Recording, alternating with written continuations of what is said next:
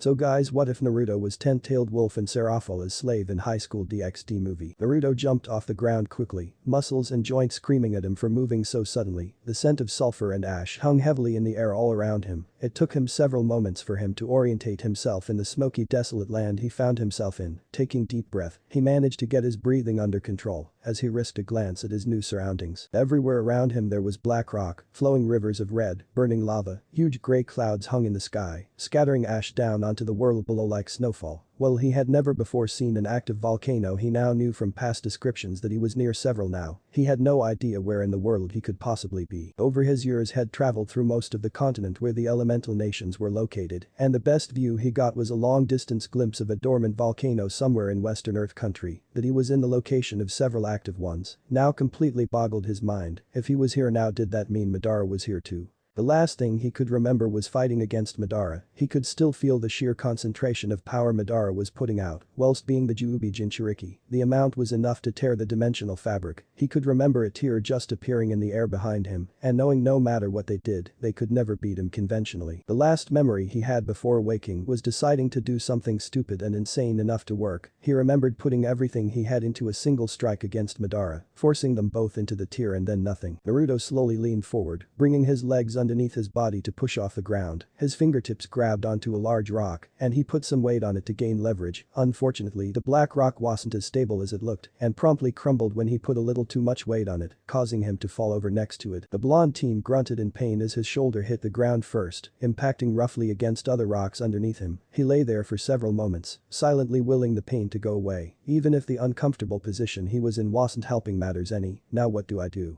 Was his last thought as he just lay there on his back looking at the pearly gray sky. It was with a jolt that he was startled awake from his dream, slightly disorientated. For just a moment, he wondered where he was. It took a quick glance around, taking in all the people around him talking quietly amongst themselves. As he began to calm down from the vivid memory he had just relived in his dream, he remembered where it is he was. He was on the night train that had been traveling from Tokyo to Kyoto, having just flown into Tokyo a few hours early from London, England, a place he'd spent the best part of the last century, relaxing and playing around in. Of course he had also had things to do there, plans to enact and other such things, though there was also a lot of playing and debauchery. What is the point in being immortal if you could cut loose every now and then? The slight screeching of the brakes from the train coming to a stop must have woken him up from the old memory he'd just been dreaming of. It was a good thing too. It was never good to live in the past because in doing so you will never move forward with your life in the future. Sighing slightly as he watched his fellow passengers getting up from their seats in a mad scramble, making a huddle at the train's exit as they all tried to get out at the same time, Naruto looked out the window with a sigh. Humans, they have no patience, always treating life like a race to the finish, never stopping to smell the roses. It's quite sad actually. Outside of the train there was a riot of activity as the mass of people on the platform were trying to get on the train at the same time as the people on the train were trying to get off. Smiling to himself, Naruto didn't even bother to get up, as instead he simply raised his fingers before clicking them, as if in response the shadows in the footwell of his seat seemed to darken exponentially before they began to expand, slowly creeping up Naruto's legs, before quickly enveloping him in the blink of an eye. If one were to look at the place he had just been, they would have seen a flash of black and then an empty seat, yet no one was too preoccupied trying to leave the train to notice. Not that they would have noticed had they actually been paying attention. No, not even the most observant of people would have noticed, at least not in Kyoto, a city that was created and ruled by the yokai, a city filled with supernaturals who live alongside unsuspecting humans. The reason why they had been able to do this for hundreds of years and even now, when the world was in the golden age of technological development, was simple. It was magic surrounding the city, and in fact a majority of this part of Japan was a massive dome of magic, fueled by ancient seals placed long ago. The dome-like barrier draws its energy from the earth itself, creating a protective barrier that protects the people within from the forces without. But more than that, the dome creates a mist of sorts that befuddles the minds of the mortals within its limits, making them not notice the supernatural, or if they do notice, making them think it was something else. It was a massive illusion that allows the supernatural's freedom within its limits. Leaping across the high rooftops of Kyoto, a black shadowed figure could be just about seen. This figure was Naruto, a wide smile on his face as he finally stretched his legs. The train had been noisy and uncomfortable, and something he really didn't want to have to suffer through. But due to the protective barriers around Kuoh, his presence would have been spotted instantly had he entered the area through more supernatural methods, but now he was within the limits. He had more freedom. As long as he suppressed his power, he could go by relatively unnoticed, just another yokai in a city of yokai. Kuoh, it was a beautiful place, the kind of place one could visit only to decide that they never wanted to leave. He could attest to that. After all, many years ago he had created this city. He had forged the mighty barrier that protected it, a barrier that was self-sustaining and self-controlling. He had fallen in love with the city and had as such lived here for many centuries, ruling over it and its inhabitants, but like all good things it had to come to an end. That is not to say something bad happened. No, the problem was with Naruto. He didn't like remaining in one place for too long, not when he had other things he could be doing, which was why he had left. Giving no notice, he had left the city, leaving only a note for his successor to find, telling them what they should do if there was an issue with the barrier. So far there hadn't been one, that had been 2 centuries, and he hadn't been back since. Sure, he still had bits and pieces of business in the area, but he mostly did that from afar. After all, his worry was that if he did come back to the city for any great length of time, he would never want to leave. Not too sure if I like the whole modernization process, Naruto muttered to himself as he continued to leap across the city, running along the side of tall skyscrapers, but flipping down and rolling along the roofs of apartment blocks, his step never faltering as he moved through the now unfamiliar city with unnatural ease, his keen eyes picking up on the supernatural things all around him. Market stalls selling potions and other such supernatural wares, gangs of youths playing football on the roof gardens of some of the buildings he passed, the children not even bothering to hide their tails or animal ears, them having grown up in the safety Kyoto provided, and thus had never learned to be cautious. Then again, there is nothing more fun than leaping from skyscraper to skyscraper, Naruto said as he could help but grin as he saw some of the yokai children point at his blurred form in wonder, no doubt mistaking him for a fellow yokai. He knew he shouldn't be doing this, but the joy of being back in the city he loved was infectious. Coming to a stop, his feet and hands on the surface of a polished glass pane on one of the skyscrapers, Naruto couldn't help but look at his reflections. He wasn't a vain person at all, but even he couldn't help but admire just how unusual he now looked. The sight that faced him in the reflection of the glass was of that of a man in his late 20s with long spiky silver-colored hair, the quite tan skin tone with high cheekbones. Speaking of his cheeks, he still had his whisker-like birthmarks, only now they were thicker and more jagged, far more animalistic than they used to be. In fact, they looked similar to how they used to become when he was drawing on the Kyubus chakra, but by far the most unusual and the most prominent feature he possessed were his eyes. Back before all the shit in his life had happened, back before he had ended up alone on this world, back when things were still so simple, he had had blue eyes that sparkled with innocence and naivety. Now though at their place were 2 glowing golden eyes, eyes that seemed to give off an aura of danger, predator's eyes. It has been said that the eyes were the windows to the soul. If that were truly the case, then honestly Naruto wondered just what his soul would look like. Would it be pure, one without regrets or sin? Good gods, no. No, Naruto didn't know what it would look like, and that was good. After all, what could one say if they were to see who they were, who they really were, behind the lies and the justification? Yes, Naruto was happy not knowing. Blinking slightly as he realized just where those kind of thoughts would take him, Naruto pushed off the building, not even leaving a handprint on the pristine glass, as he once again soared through the air, leaping 100-meter distances with not even a second thought, traversing massive swathes of the city unnoticed. Closing his eyes, Naruto exulted in the feeling of the air rushing by him, rusting his hair and tickling his skin. This was the way to travel, not in the mortals' cars, trains or planes, flimsy metal boxes that were both claustrophobic and uncomfortable, nor through use of magic circles like mages, angels and devils do. No, the best way to travel was using your own 2 feet. Feel the air rushing by you as you move across the land as the gods intended. It was the simple pleasures really that made immortality tolerable, that and the debauchery of course. A few minutes later, okay, I take back what I said, skyscrapers are shit, the silver-haired man complained as he stood on parallel on his side of one of the buildings, a paper map in his hands, as he tried to work out where he was. He knew where the guy he was looking for might be, but things had changed so much he had gotten kind of lost. Maybe I should have invested in GPS. Then again, I doubt it would work properly in here, Naruto continued to grumble to himself as he looked for the old landmarks that may have survived Japan's rapid modernization. Now if I was an annoying old monkey, where would I live?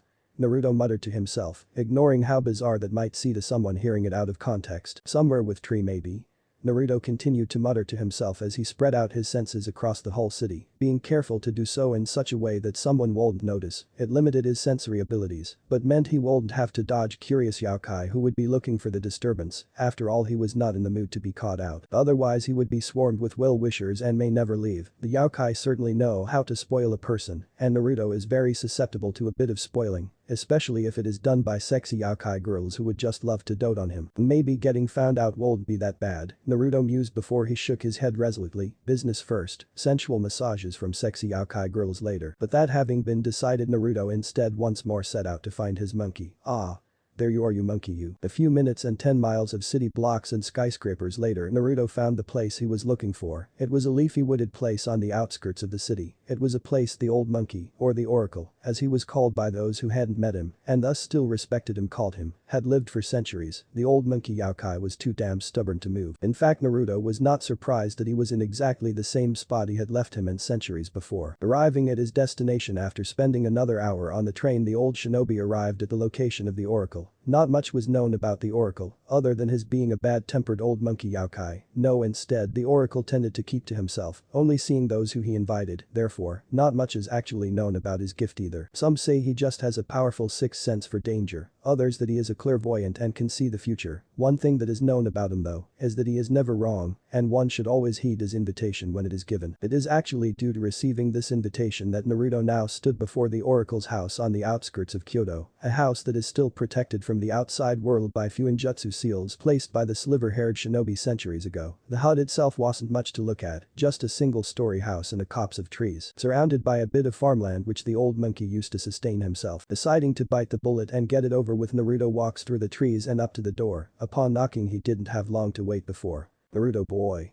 You've come, it's been so long since I've last seen you, still look as girly as ever, eh?" "Hello Rin, I see you're just as annoying as ever too," the whiskered man replied in a bored tone as he looked at the Oracle. The Oracle was not that impressive to look at. He stood at around 5 foot tall, with broad shoulders and a slight beer belly. He had short-bowed legs which were covered in an auburn fur, and he had that same fur covering all of his exposed skin save for his face, which at that moment looked like a human's, except with a sloped brow and a slightly prominent jaw. There was one unnerving thing about him though, and that was his eyes, which seemed to glow a slight green color and seemed to X-ray anyone they looked upon. As he finished looking him up and down, Naruto was able to see his fashion sense hadn't changed in the centuries it had been since had last seen him. The monkey was wearing a very short lilac kimono and some wooden sandals, and that was it. Quite a disturbing sight indeed. As he finished his inspection, Naruto couldn't quite stop his lips from upturning into a nostalgic smile, a feel that was obviously shared as the Oracle burst into a wheezing laugh after hearing the man's acerbic last comment. "Ahaha, you never change, boss, so you best come in then, so I can tell you what I've foreseen, and it's a good one too, you'll love it." With a slightly resigned sigh, the man went into the house, hoping this truly was as interesting as the monkey was making it out to be. In the town of Kuoh, 1 month later. Kuoh Academy, the only private school in the town of Kuoh. The school was once a prestigious all-girls private school until a few years ago when it was made co-ed school. The school was well known for its high grades, numerous sports teams and clubs, a school where truly the best and brightest go. Naruto-sama. The tired Naruto let out a groan of annoyance as he heard that. What did he ever do to deserve to be cursed with this horrible trio?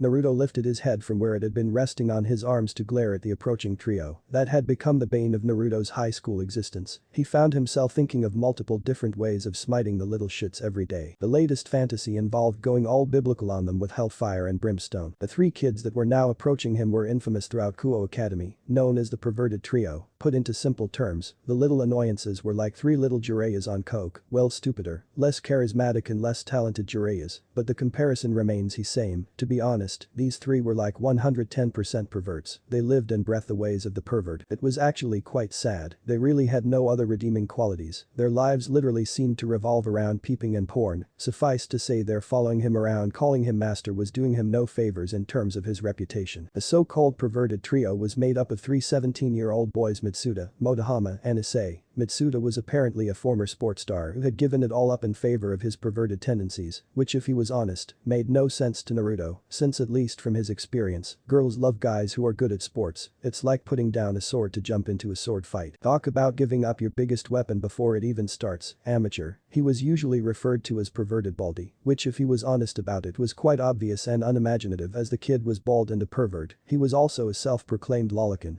Motohama was usually referred to as perverted glasses, and and apparently had the ability to calculate a woman's 3 sizes just by looking. The final one of the group was the loudest and therefore most annoying one, Issei, who was pretty average. Besides his ridiculous libido and obsession with breasts, he was also the one who, despite being incredibly annoying, Naruto preferred the most, if only because his making an ass of himself was sometimes quite amusing. Truthfully, Naruto could have overlooked their rampant perversion. He had a lot of experience dealing with perverts from meeting some of the fans of his book series and also being mentored by 2 perverts when he was still a kid, though if he was honest with himself, those 2 men were only vague memories in his head nowadays. No, it wasn't their perversion he didn't like, it was because they damn near fucked up his reputation within 10 minutes of him starting a Kuoh. Naruto had started a Kuoh Academy a month ago as a new third-year exchange student from England. It hadn't been Naruto's idea either. He had not wanted to attend school. Not in the least, it was something he had never wanted to do again. It didn't matter if Kuoh's school population was about 3/4 female. It was still a school, and hence filled with bratty kids in Naruto's mind. No, there was only one reason why Naruto was there, and that was because of that damned monkey.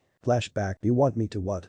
Naruto snarled with narrowed eyes as he exposed his sharp canines to the old oracle, who at that moment was sat on a squashy pink armchair looking distinctly amused. Do I really need to repeat myself, Naruto-sama? Yes, was the curt reply. Well, as I had just said, you need to go to Kuoh Academy and enroll. Once there you will find 2 high-class devils in their peerages. It is around one of those peerages that the future revolves. I don't know why, but Kuoh is going to become a nexus point for supernatural happenings, and many important events will happen there. Therefore, if you want to be involved in the coming future like you have been doing for countless years, now you need to go. Who knows, maybe if you do, your dream may finally become a reality. Naruto looked contemplative as he stopped his pacing, a focus on the sitting monkey. You have a point, an opportunity like this can't be missed. Who knows, maybe it will alleviate some of the boredom I've been feeling these past few decades. The wise choice. But come on, do I have to be a student? Couldn't I be like a teacher?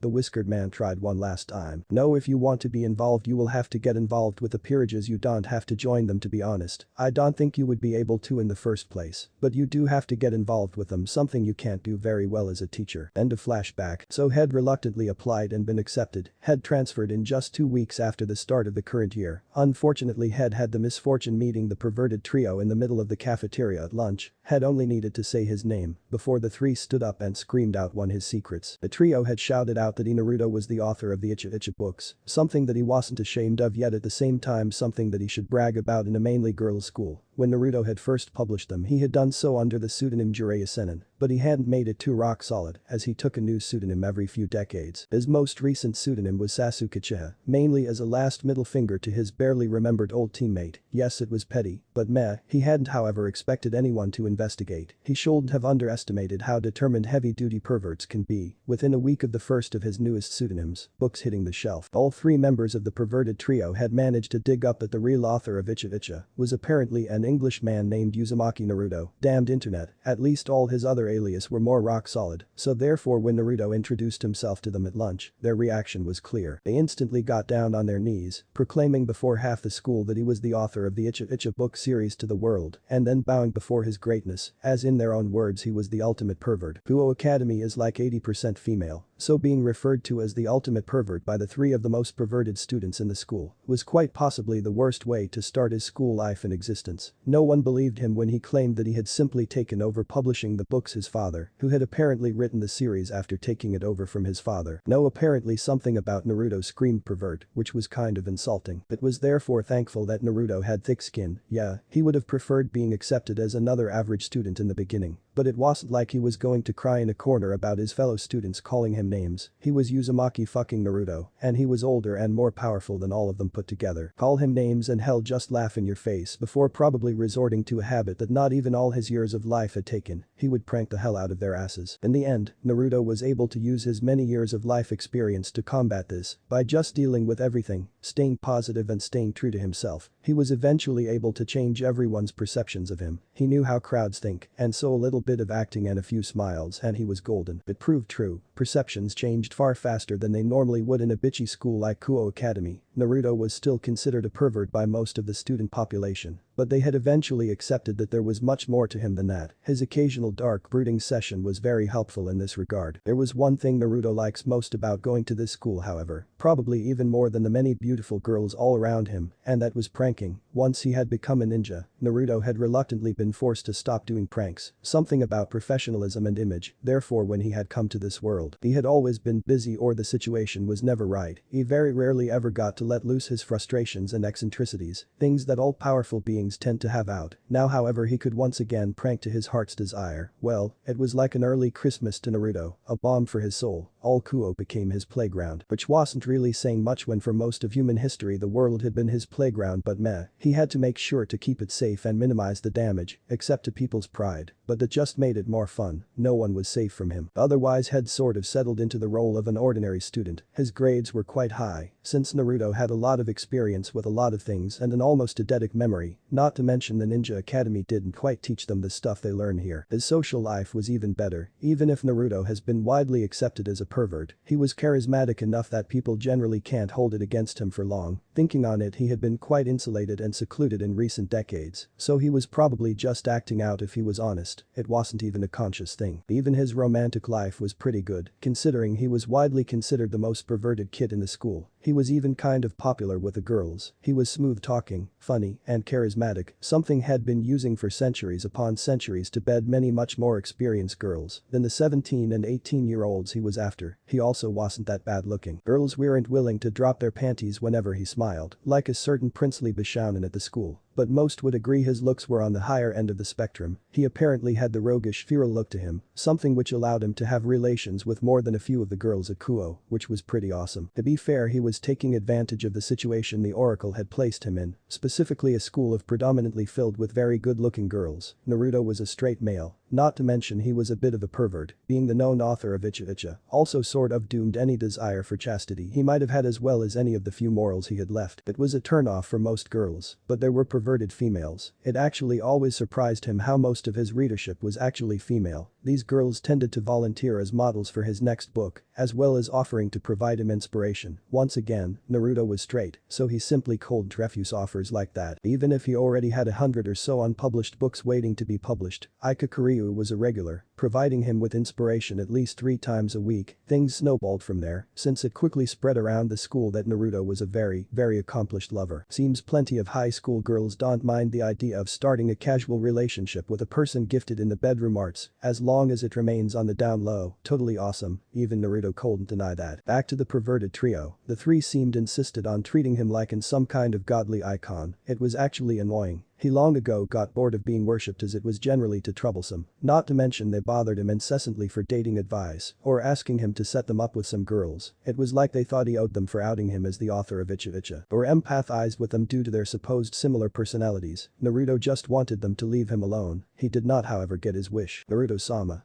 Mitsuda shouted before finally reaching the unamused silver hair man. What is this time, kid? If it is another question about when the next Issei is coming out, then you can fuck off. I've already told you that. I've already sent it to the publisher. And no, Naruto-sama, this isn't about that. I've just been told by Issei that Kiba team is looking for you. Apparently the super sexy and bodaciously hot Rias Gremory wants you to come to the occult research club for a meeting. Mitsuda cried out, almost hyperventilating when he started talking about Gremory. So they finally have noticed the presents I've been releasing for the last week. Good, let the games begin. I'm surprised you haven't gotten your hands on either of those two yet, a girl with short black hair and violet eyes behind round, red eyeglasses said, as she looked up at the two girls who at that moment were sat in the student council office before the council president's desk. This girl was Sona Shitori, the president of the student council. However, she also went by another name as well. Her real name was Sona Citri, heiress to the Citri clan, which was one of the remaining 72 pillars of the underworld, and at this point in time she was in her role as a devil heiress. Sona was a pretty girl standing at around 5 foot 6 inches. She had a slim figure and was always dressed meticulously in her Kuoh school uniform. Sona seemed to give off an almost librarian look with her stern face and serious personality, especially when combined with her glasses. She was currently sat behind her desk with her constant companion and Queen Tsubaki, who has always stood dutifully behind her. Tsubaki herself was also quite an attractive girl, but light brown eyes behind blue half-rimmed square glasses and long black hair which reached almost down to her knees. She seemed to give off the same vibe as Sona, serious and stern. Tsubaki had been the first member of Sona's peerage and its queen for a number of years now. What do you mean, Sona?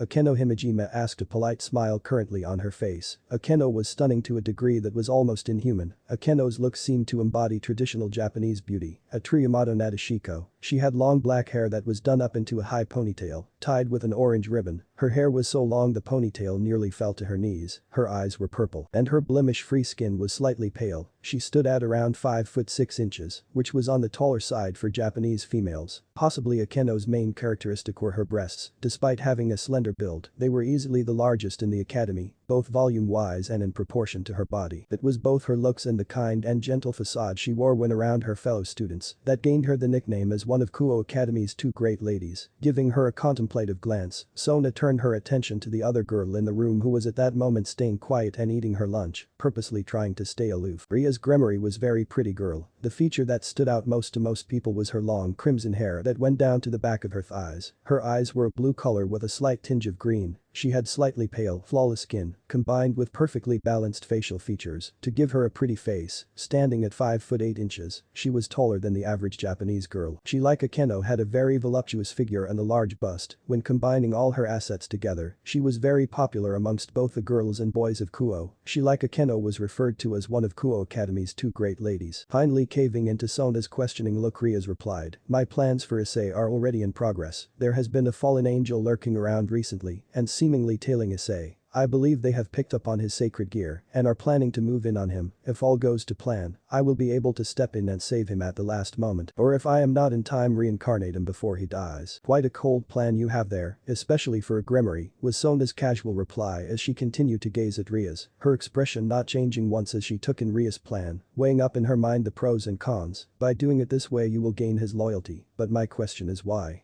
Why not just approach him now instead of waiting for him to be attacked? It may be cold, but it is necessary. I don't have much time left and need as much help as I can get. As for the why, Issei is an idiot." At Sona's raised eyebrow, Rias sighed before continuing, "Well, I will tell you the information I've been able to gather on him." Rias finished before turning to Akeno and receiving a brown paper envelope. The information therein was a summary of Issei as a person that her peerage and familiars had collected. "Hi to Issei," Rias began to speak as she looked over the paper before her. It contained the basic information and a picture of the boy in question. A 17-year-old boy was currently enrolled Kuoh Academy, a mediocre student at best, who only just barely made the cutoff point for the entrance exam last year, and that was only due to the academy lowering its standards for male students in an effort to bolster its male population after having recently turned co-ed from an all-girls school. While athletically he's about average for a student, was not a member of a sports club. He has no history of serious injury or illness. Despite his lack of ability, he is renowned across Kuoh Academy as a member of the Perverted Trio, a group of 3 boys who continually attempt to peek on the female population of the school whenever they can. He also seems to idolize the new student Uzumaki Naruto." Rias finished before looking at Sona, who simply gave her a wave to continue. "Well, other than that, Issei should have been nothing more than an ordinary if troublesome student." Rias continued after realizing the Citriere wanted to hear more. "That was at least until sometime a few months ago when we were able to discover he had a sacred gear. Honestly, it was pure luck that we found out about it in the first place. The boy's magical presence was so small that he was almost invisible. It was only because Akeno happened to bump into him when he was being chased by the kendo club that she was able to notice it. Well, that was enough to catch my initial interest. I wasn't willing to risk an evil piece on him right away, not until I had at least identified what kind of sacred gear he possessed. With the abysmal amount of magical power he seems to have in him, it would have had to be a powerful sacred gear to make him a worthwhile investment. But unfortunately, the very same lack of magical presence that caused us not to notice him for so long was also preventing us from properly identifying the sacred gear." Rias just sighed in exasperation, massaging her forehead as if she was trying to get rid of a bad headache. "That boy has the most abysmal magic reserves I have ever heard of. I have seen a newborn toddler with more magic than him. So what changed to make you want to now add him into your peerage?"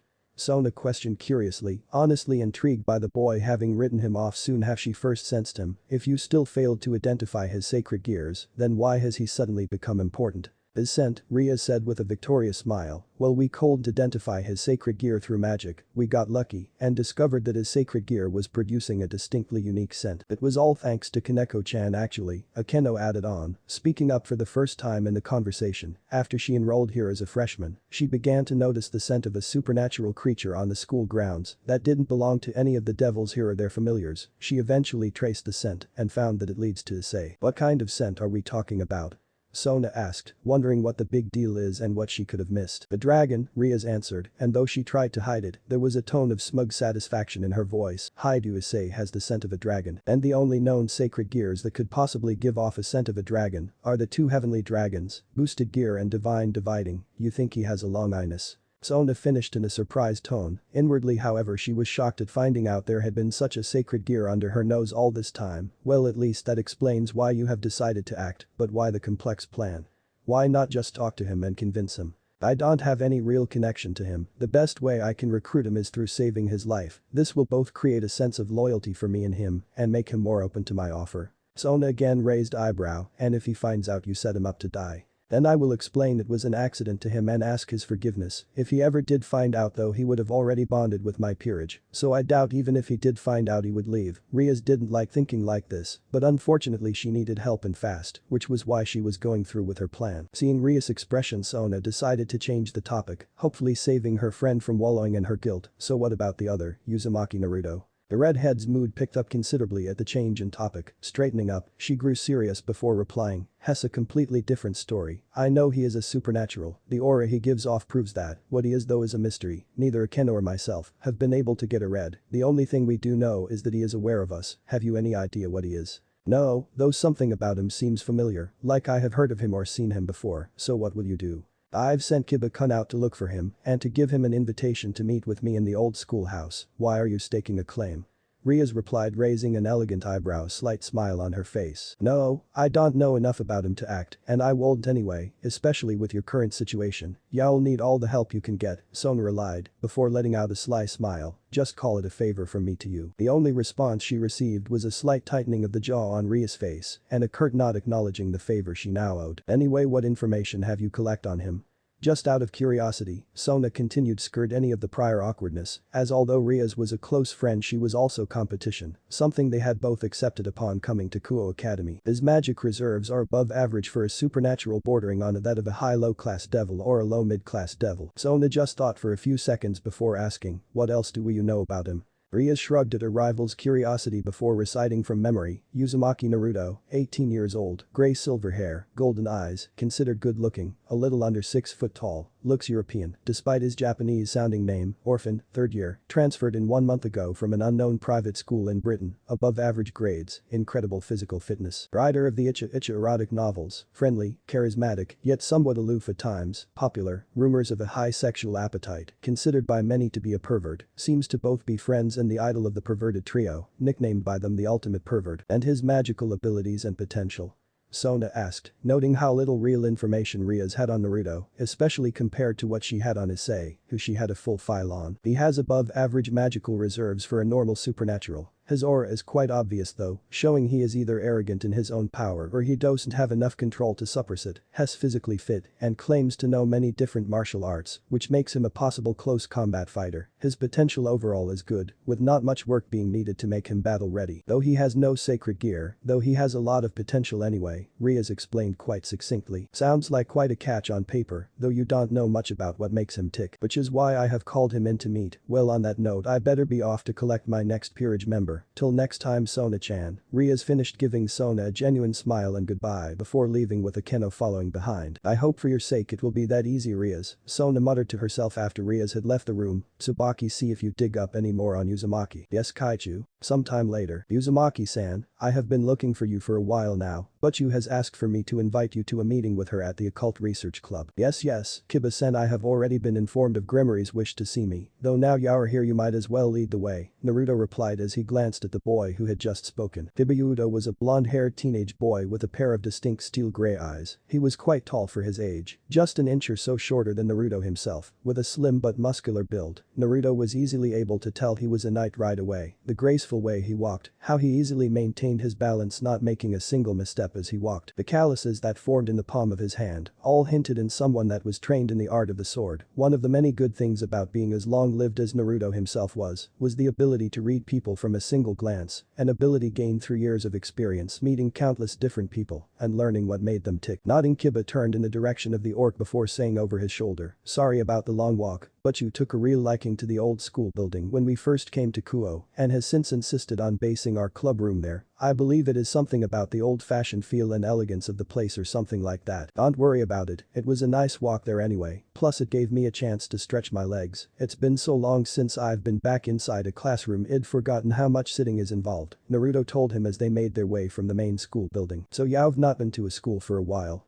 He was walking a couple of paces ahead of Naruto and a little bit off to the side as he led the way, so he had to look over his shoulder if he wanted to face the silver-haired boy as he spoke. I thought you transferred in from a school in England. True, but it was a boarding school and had a much different setup to Kuoh, and anyway, I had left the school quite early in the academic year due to the move to Japan, so my time there was quite disjointed, he replied with a shrug, easily covering his slip-up with a believable lie. I see, Kiba nodded his head believing the reply before deciding to change the subject. Well, we're almost there, we just have to go past the girls' changing rooms and the old school building will be in sight. As he said that he glanced at the man beside him, as if expecting him to grow a lecherous smile and start giggling. Sometimes rumors are true, it is always best to check. Completely ignoring Kiba's examining gaze, Naruto instead surveyed their destination, the old school building, the home of a peerage of devils from the underworld. It wasn't quite what he was expecting. It was a beautiful old wooden building with a slightly western feel to its design. It was 2 stories high, with a small clock tower rising from the middle of the roof over the entrance. It was huge, easily big enough to hold at least 100 or so people in it, with room to spare. 3 large windows lined the wall on either side of great door that served as its entrance, with more windows on the upper floor. Despite its age, it's clear that the place has been kept well maintained, as the walls had a fresh coat of paint and the roof looked newly retiled. If he was honest with himself, Naruto would have admitted to being a bit amused with the preconceptions he had had in his head when first hearing that the occult research club room was located in the old abandoned school building. Naruto was expecting to see a creepy old broken down wooden building that was one step away from being condemned. This was due to it being an occult club filled with actual devils. It's only naturally the place would have been creepy as hell and look like a cliché haunted house. He should have known better than to expect devils to live in anything less than opulence, especially the heir of such a prestigious noble house like the Gremories. His past experience alone should have told him that devils tend to enjoy the finer things in life. As the two were passing the girls' changing rooms, they found the infamous perverted trio present, all crouched down in a huddle at the side of the changing room wall, trying to get a good look in through a peephole. How the hell did they get here before me? I'm sure it was one of them that told me about the meeting in the first place.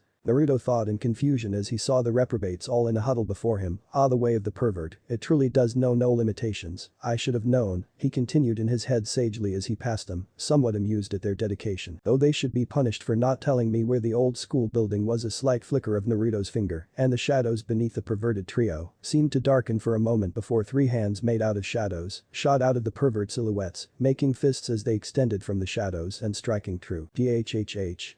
Was the sound that suddenly echoed across the school as the perverted trio all collapsed to the floor at the same time holding the privates, though that was the least of the worries as a few moments later several members of the kendo club came out of the changing rooms, all armed with the intention of investigating the noise. However, what they found were 3 known perverts holding their balls almost in tears, something they seemed to misunderstand as they suddenly charged the incapacitated boys, kendo sticks raised, ready to punish them for whatever sick sexual thing they were doing. Ouch, maybe that was a bit too far. Nah, they annoy me anyway, were Naruto's final thoughts before he turned from the screams of pain and continued his journey to his meeting with Ria's Gremory, with Kiba quickly catching up, just shaking his head in confusion over what just happened. As they entered the old school building, Kiba quickly led the way to a large wooden door before knock and calling out, "But you, I'm back, and I brought Uzumaki-san with me to meet with you." The interior of what Naruto presumed to be the occult research club's primary club room was unusual to say the least. It had dark wooden paneled on the walls that seemed somewhat oppressive in the dimly lit room. The only illumination in the room seemed to come from the multiple candles dotted around the room. Victorian-style couches and chairs were on the center left side of the room, while the right side was cleared of all furniture in order to make room for a large magic circle that was carved into the floor. As he looked around the room, he heard the sound of running water, scanning the room and noticing the Kiba had left. He saw that on one side of the wall, there seemed to be room covered by a thin silk white sheet that concealed a shower. Why the fuck is there a shower?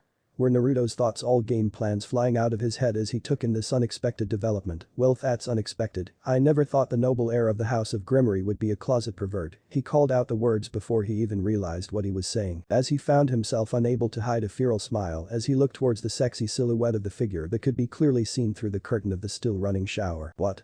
The figure, who I presume to be Rias, squawked, totally not expecting that reaction. Why, you can't just say something like that, and I'm not a pervert, I was just taking a shower. Oh, you little pervert, who knew Ria's Gremory was such a little minx, Naruto retorted, all decorum flying out the window as he found the entire situation one of the most amusing things he had seen in decades. You sent Kiba to come collect me for this meeting. There is no way you didn't know I wasn't coming, and you had more than enough time to get out of the shower before I got here, which means you wanted me to walk in on you showering.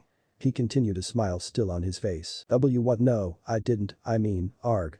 She finally just yelled out in frustration, just wait right there, I'm coming out, as she said that a small metal squeak was heard before the sound of the shower tapered off. Now, a voice called out as the other occupant of the room made her presence known, coming out of a door with a tray of tea clasped firmly in her hands. Don't be mean to butt you, as she said she was just having a nice wet soaking shower. She was a young and rather tall, attractive looking girl, with a shapely voluptuous figure and long dark cascading hair that she had tied up into a ponytail with an orange ribbon. Her violet eyes at that moment seemed to sparkle with barely concealed amusement and something else. The teasing smile she had on her face and the light dusting of pink on her cheeks as she hid a giggle seemed to complete the image. Imajima-san, I presume, the man responded as he seemed to regain his composure. Please, Akeno-sama or Akeno-chan will suffice, would you like some tea, Naruto-kun?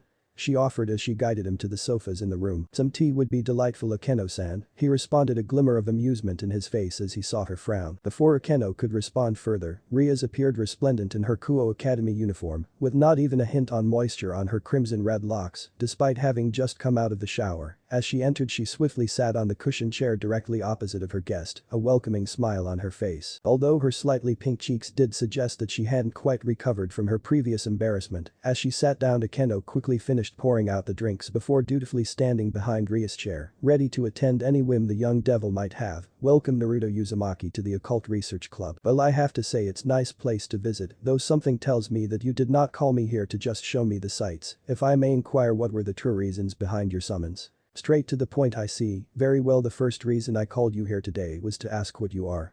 She replied with a raised eyebrow and an expectant look on her face. Well, I'm Nordo, I've recently moved here from England, I've got my own apartment and go to Kuoh Academy, those are the basics I suppose, was Naruto's snappy response to Rias' question. No, I think you misunderstood the question, Naruto-san, what I asked was, what you are, rather than who you are. Well, I am a person, a man if you want to be exact, I am heterosexual, and currently an unemployed student, though I must question what this has to do with anything. After this reply, Naruto couldn't quite stop himself from letting loose an amused smile. He wasn't the only one to respond to his answer with amusement, if the snort and stifled giggling from Akeno was anything to go by. You know what I mean, was Ria's stern reply as she was beginning to lose her patience. I know for a fact that you are not human, just as you know we are devils. If you could please respond in a serious manner, then I would appreciate it. Very well, yes, I know you are a devil, just as I know that Sona Shitori is also a devil. I also know you have peerages, and who is in them? Naruto narrowed his eyes slightly at Rias, slightly irritated at her tone when addressing him, though if he was honest with himself, he knew it was somewhat deserved, as he was purposefully pushing her buttons, but still. Then since I was right that you do know of us and then supernatural world, then was I also right in my belief you are also of that world? Rias smiled as she finally received her answer, relaxing slightly. Yes, you are right that I am somewhat supernatural, as for what I am, I suppose you would call me a yaokai, Naruto shrugged. Now that you know for sure that I am supernatural, what are you going to do now?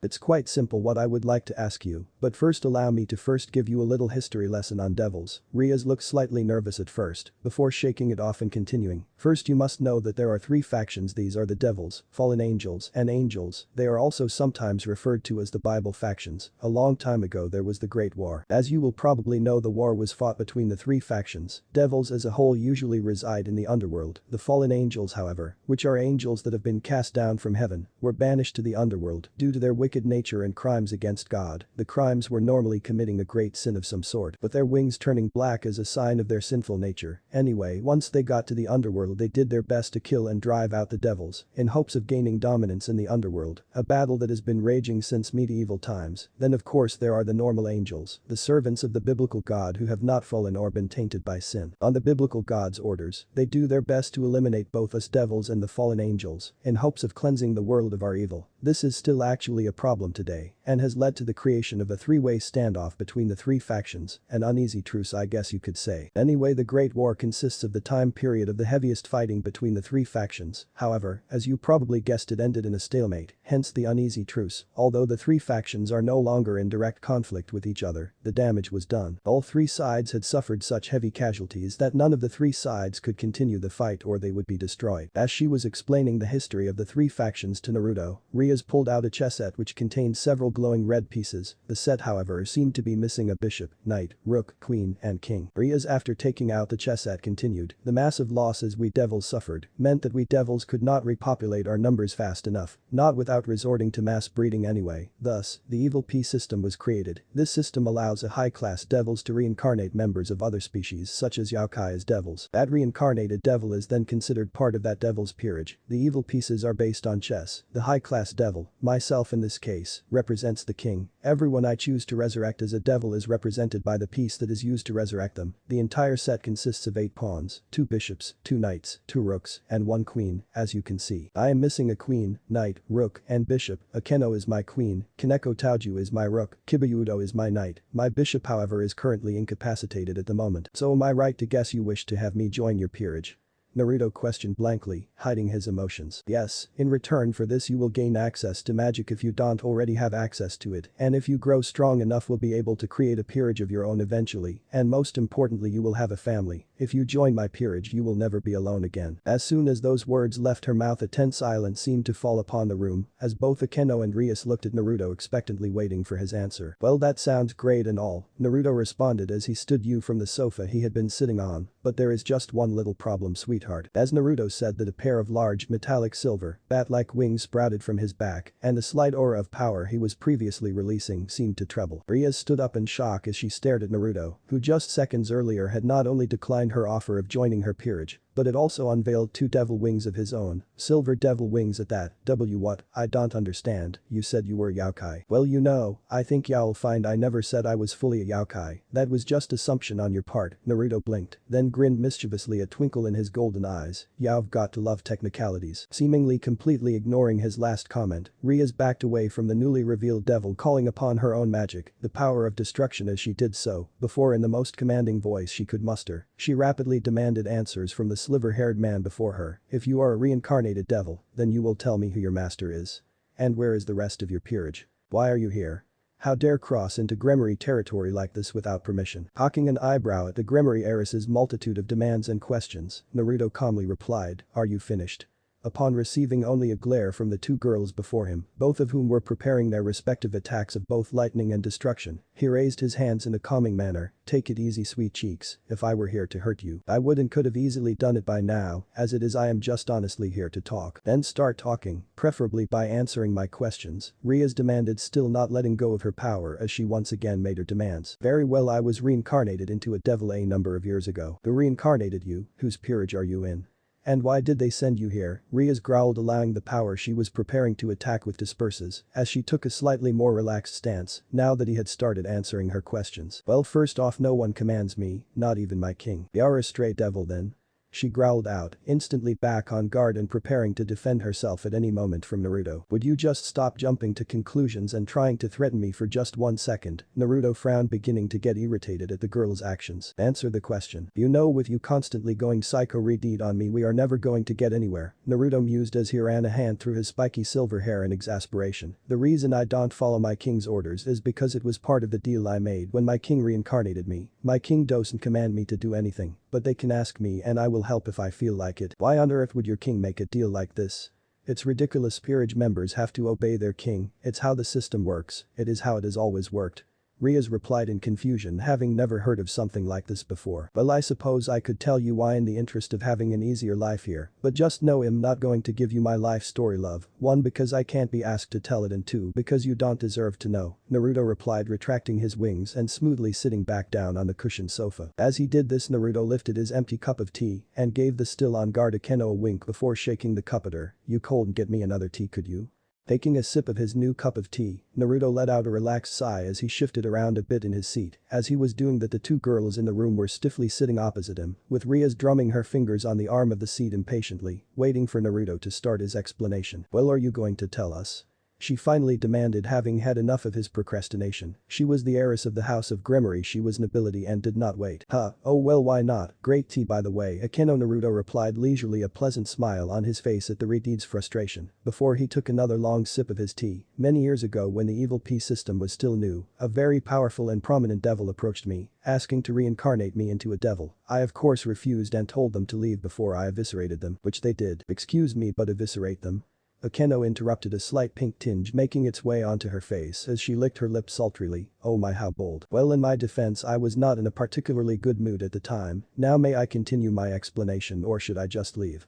At Akeno's amused nod he continued, well, after my threat the devil left. The next day they came back and asked again, only for me to say no again. This continued for 3 years every day. No matter what or where I went, they would come to me and request that I become a member of their peerage. I will admit their commitment impressed me and eventually wore down my resolve over time. Well, long story short, I eventually agreed, with conditions of course, which were heavily in my favor, and as you can obviously see, they happily accepted. Silence, that was all that greeted my explanation. The two girls in front of me were just staring blankly in silence at me, no doubt absorbing my explanation. So, does that satisfy your curiosity? Coming out of her trance, Rias focused back on the reincarnated devil Yaokai in front of her, furrowing her brows as she tried to figure him out. No, it doesn't. If anything, your explanation leaves me with more questions than answers. Who was the devil that reincarnated you? You never went into detail on that. And why did they take so much time trying to recruit you only to accept having no control over you? I don't understand. Now that would be telling. My king's identity is not relevant to you. I've answered your questions. Whether you understand the answers or not is up to you. I don't really care either way. Naruto-san, putting aside any other questions, could I just ask why you came here if you were not under orders? From what I can understand, you are both a lot older and more powerful than you look.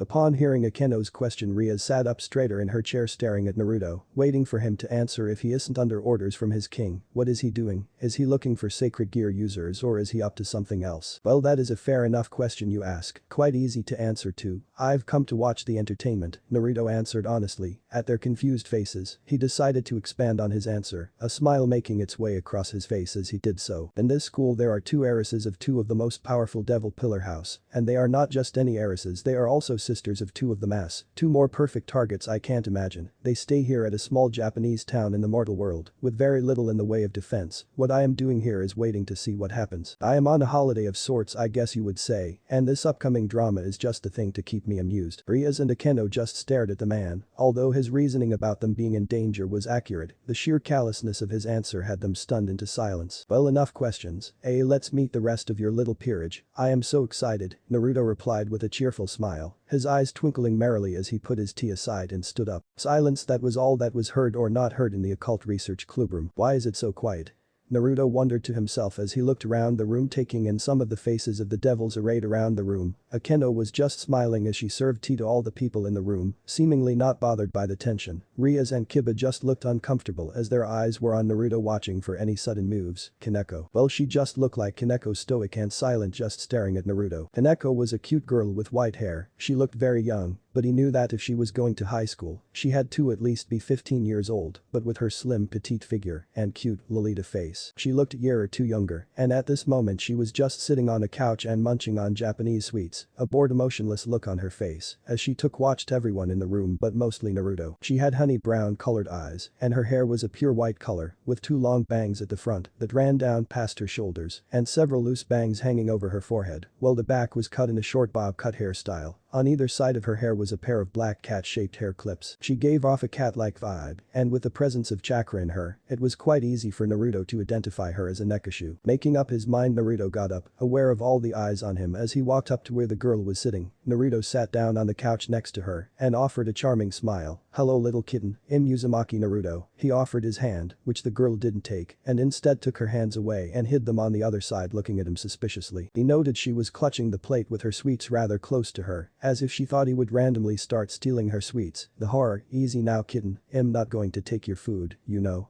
I was just saying hello one yaokai to another. Hello, the girl replied tonelessly, not even blinking in surprise at his proclamation that he was a yaokai. She relaxed her guard, at least a little, meaning she must be at least a little trusting of him, even if it was because they were both yaokai, though Naruto noticed she was still keeping the plate away from him and seemingly avoiding eye contact with him. Naruto-san, Kiba said, taking a step forward as got Naruto's attention. This is Taoju Kaneko, a first-year academy student and a member of the occult research club in Butch's peerage. Kaneko-chan. This is, as he introduced himself, Uzumaki Naruto, a reincarnated yaokai like you, though whose peerage he is actually and I am not entirely sure. He finished, curiously looking the silver-haired man up and down, as if judging his worth. A pleasure to meet you, Naruto-senpai, Kaneko greeted, her voice still as soft and toneless as before. Naruto wondered about that. It was a little bit odd, but he shrugged it off. It wasn't particularly important to him. She was not the first emotionally stunted person he had met, and he's sure she wasn't the last either. It was not his job to try and fix everything he came across. Naruto grinned once again as he looked back at Kaneko. It's nice to meet you, little one. I do hope we get along. He reached down towards her to shake her hand, but she flinched away as if nervous he was going to hurt her. However, she did seem to find her courage as she slowly extended her hand and took Naruto's hand in a quick handshake, feeling something almost familiar from the man, though she was sure she had never met him before. Well, it's good to see you getting along so well with your peers, Naruto-san. Rias finally spoke up, taking any opportunities she could to break up the awkward tension in the room and perhaps make a connection, no matter how tenuous, to the silver-haired devil. After all, he is powerful and could be useful to her. Turning his head, Naruto once again smiled as he saw what she was doing. Inside he was somewhat relieved. He never did like silence or sitting still, but he did enjoy clumsy manipulation attempts. Those were fun. So Naruto-kun, Akeno, the Nadeshiko girl, smiled pleasantly as she clasped her hands together in front of her waist. She had a very pretty smile. What are you going to be doing whilst you're in town? Well, Akeno-chan, I will probably just stick around Kuoh Academy, watch the happenings, probably meet So Citri-san, and reveal my presence to her as well. Nothing much. Why, have you devils got any upcoming plans?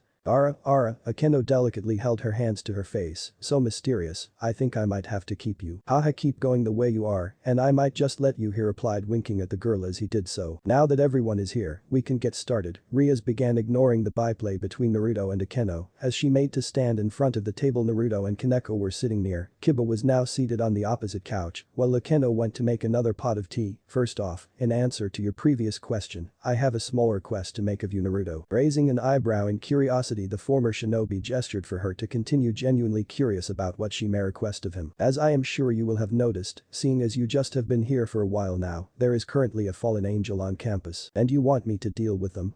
Naruto replied, surprised she would ask his help for something so minor and trivial. Surely she can't be so weak as to need help fending off one fallen angel. He of course wasn't going to refuse the request. After all, it was simple, and it would mean her owing him a favor later on which may come in use. Anyway, he enjoys a fight every now and then and was planning on taking care of the little angel anyway. No, quite the opposite actually, she said, instantly dashing his plans and making him more curious than surprised. I want you to stay away from her. In fact, I don't even want you to approach her. Now this again caught Naruto by surprise, because you want to deal with her yourself.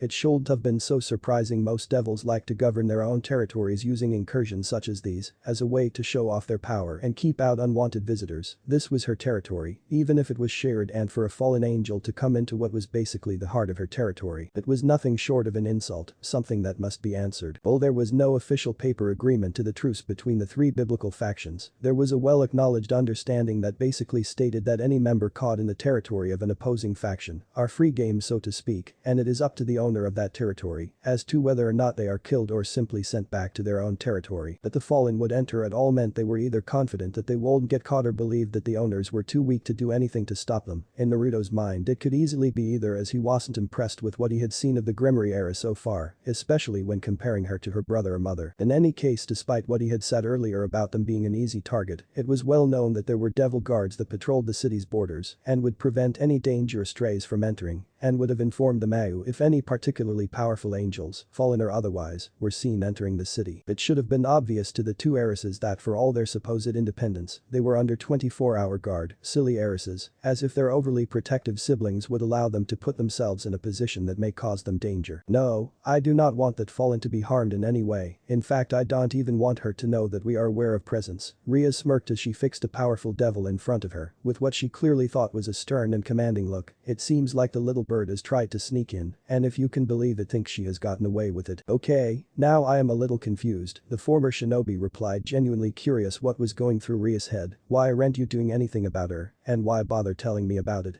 The reason why we're telling you about the situation is because we cold risk you taking matters into your own hands and killing the fallen, and as much as we would usually want to get rid of the fallen, for now she is needed, Akeno answered, this time a faint look of disgust on her face as she talked about the fallen and the fact that they were letting it run wild. Okay, I can see why you'd be worried about me ending the fallen, in fact I was planning on doing so soon anyway, her presence has been irritating me, I have been waiting for her to act, but she doesn't, it is quite annoying. But I still don't understand why you are allowing a fallen to roam unopposed right in the middle of your territory. Instead of answering, Akeno picked up a folder from underneath the table, she opened it and began flipping through the pages within. Before finding the one she wanted, she took out a single sheet of paper and placed it on the table before passing it to Rias. Hi do Issei, Rias began to speak, a 16-year-old boy was currently enrolled Kuoh Academy, a mediocre student at best, who only just barely made the cutoff point for the entrance exam last year, so not incredibly intelligent, in fact passable at best. Athletically his average for a student was not a member of a sports club, without any history of seriously injury or illness. Despite his lack of ability he is renowned across Kuoh Academy, as I am sure you will know by now as a member of the perverted trio. Perverts, a voice to Naruto's right interjected, turning he saw an emotionless Kaneko still eating sweets. Now, Kaneko, you make it sound like that's a bad thing, Akeno covered the smile that was beginning to form behind her hand. I'll have you know that being a little perverted can be a good thing, especially when there is someone there to discipline you. At this she looked at Naruto, licking her lips as she did so. Kaneko just stared at her blankly for 5 full seconds, saying nothing before deadpanning, pervert, which just caused Akeno to laugh loudly in amusement. Clearly this was a long-running dislike of Kaneko's, something Akeno clearly liked to make fun of as much as she possibly could. Okay, so I assume that the fallen angel is here for Issei then, and if you are interested in him too then I would have to hazard a guess that he has a sacred gear of sorts. Looking at Rias he saw her nod her agreement, deciding to continue he continues, so you have a plan do you then, something related to Issei and the fallen, Uyaur, a sly one aren't you? The name Shes currently going by is Amano Yuma, what her real name is we do not know, but what we do know is that she is the fallen angel that both we and you sensed on campus and is at the moment currently posing as an ordinary schoolgirl. Normally as I am sure you know we would have eliminated her by now, but then we found out why Shes here, and now so do you, she is here for Issei. Ria smiled, a glimmer of excitement dancing in her eyes as she made plans for her future peerage member. And let me guess you are going to let her get to him?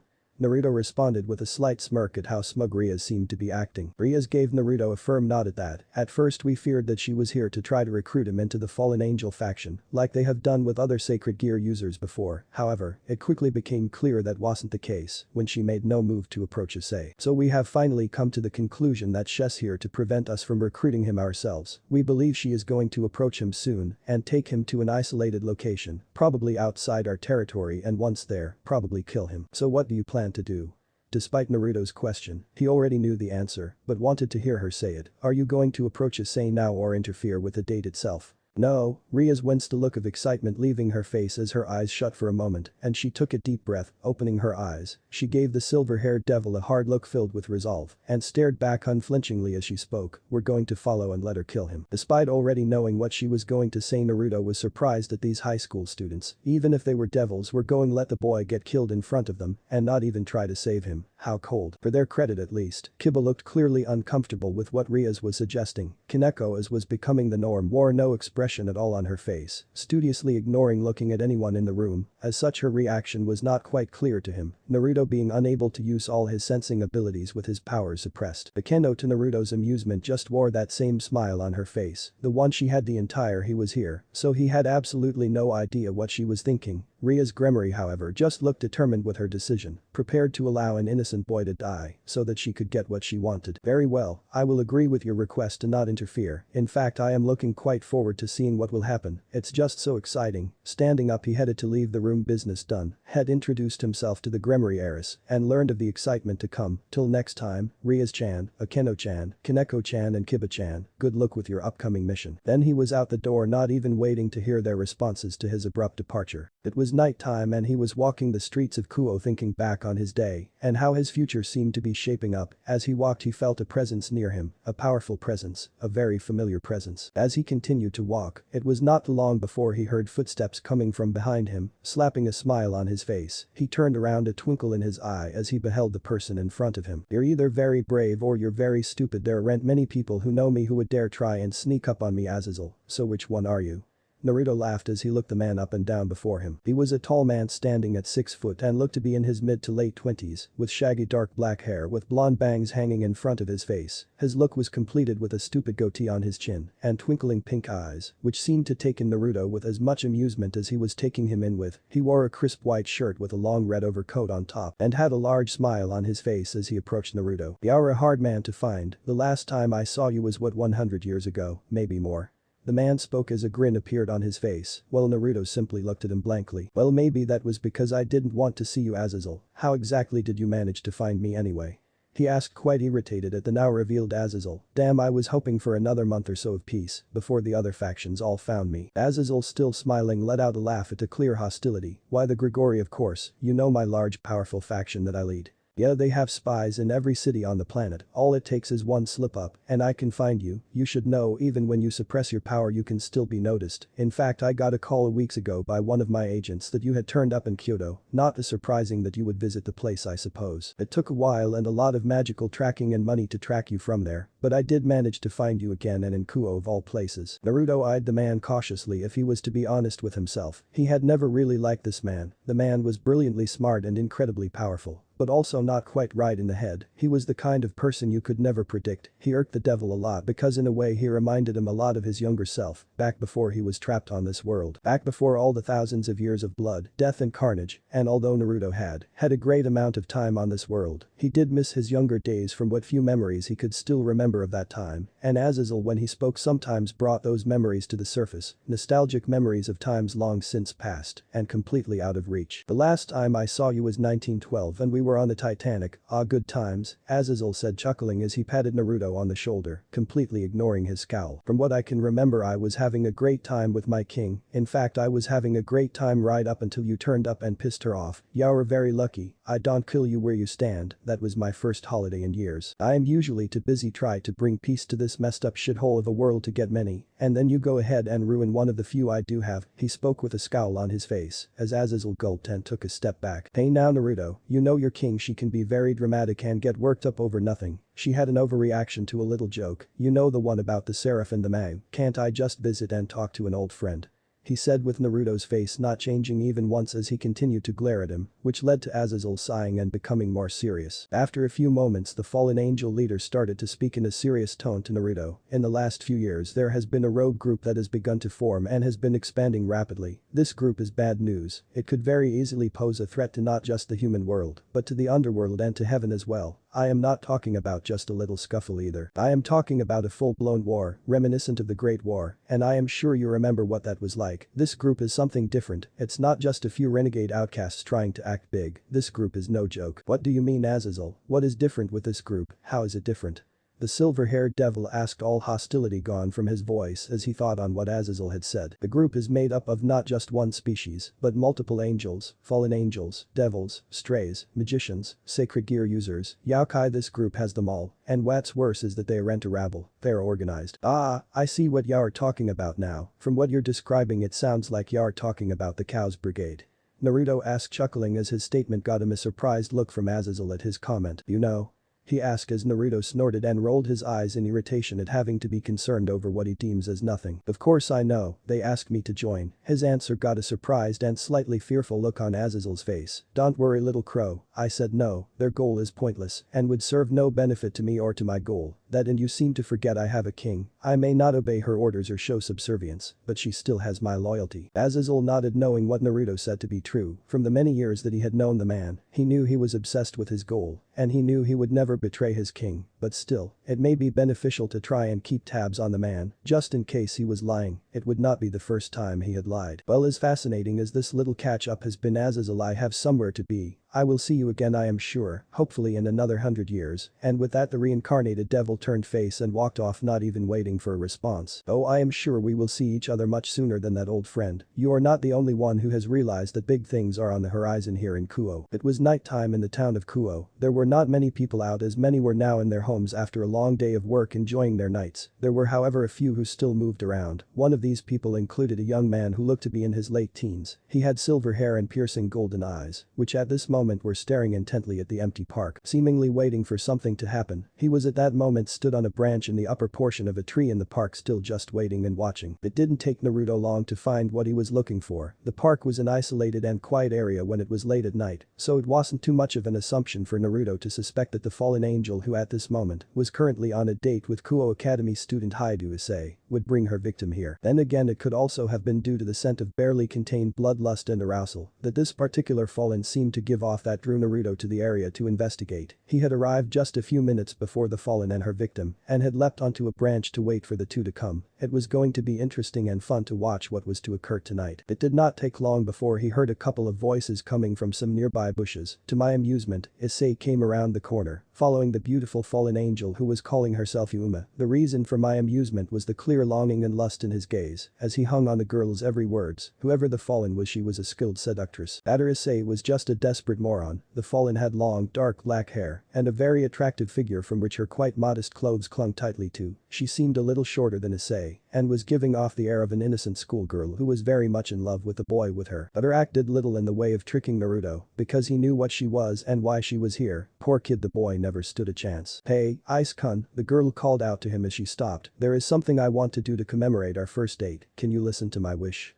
A few minutes earlier, Issei could not believe how lucky he was at this moment in time. The day had seemed to be going so badly when he and his friends were beaten by the girls in the kendo club. How they caught him he had no idea. Surely he and his friends should have mastered the art of the silent perv by now. At the time, he couldn't help but feel as if fate had decided to forsake him simply because he admired the female form. After all, fate was said to be a bitch. It was while he was nursing his injuries and cursing whatever demonic power had made him get caught that he met her, Yuma. She was beautiful, with long raven black hair that fell in a gentle wave down to her small waist. She had violet eyes that seemed to give off a sense of kind innocence and adorable naivety. He could barely look away. She wore an unfamiliar black school uniform that allowed a tantalizing glimpse of her amazing legs and was maybe a slight bit too tight, accentuating her generous figure. She had approached him while he was brooding over his lot in life on the bridge just a few minutes from the school and had actually asked him out. Hot take that, Motohama and Mitsuda. "I've got a sexy girlfriend with huge oppi, and best thing is, she asked me out, ha." He still could not believe it. He was dating an actual girl, not one of his made-up ones or his right-hand Palmer Henderson, but an actual girl, and she was beautiful too, which was just an added bonus. It was like God had finally taken pity on him and reverse karma'd him. All those times fate had kicked him in the balls. The sweet, innocent and beautiful girl was clearly God's way of apologizing. The two of them had just been on an amazing date through town, the market and cafes, and were now coming to the close. This was it, his reward for the amazing date he had given her. What would it be? A kiss? A bit of hand stuff? Or maybe she would want to go all the way. He could hardly wait. It had been incredible. He had ticked all the boxes for a good date. He, at least in his mind, deserved a reward. Throughout the entire date, Issei had not been able to stop thinking about how lucky he was and how lucky he was going to get. He had to keep his perverted thoughts to himself and had only drooled or let out a perverse giggle on one or two occasions, such as when Yuma had been trying on clothes and he had sneaked a peek into the changing area only to see her in her panties leaned over reaching for something. He had only just held off on having a nosebleed. Yes, the sexiness was strong with this one. She would make a valuable addition to his future harem. "Hey, Ice-kun." Turning, he saw the girl looking into his eyes, a gentle smile on her face and a tinge of pink on her cheeks. They were now in a secluded part of the Kuoh public park. They had headed there on her request of going somewhere private. The sun was down now and only the light of the moon and a few park lights were lighting the area they were in. The moonlight seeming to dance off of the nearby fountain water and make Yuma's flawless skin gleam in the moonlight. It made her, if possible, even more beautiful than before. Several droplets of water from the fountain next to them splashed into the air around her, adding to the almost supernaturally dazzling presence she seemed to give off. "Yes, Yuma-chan."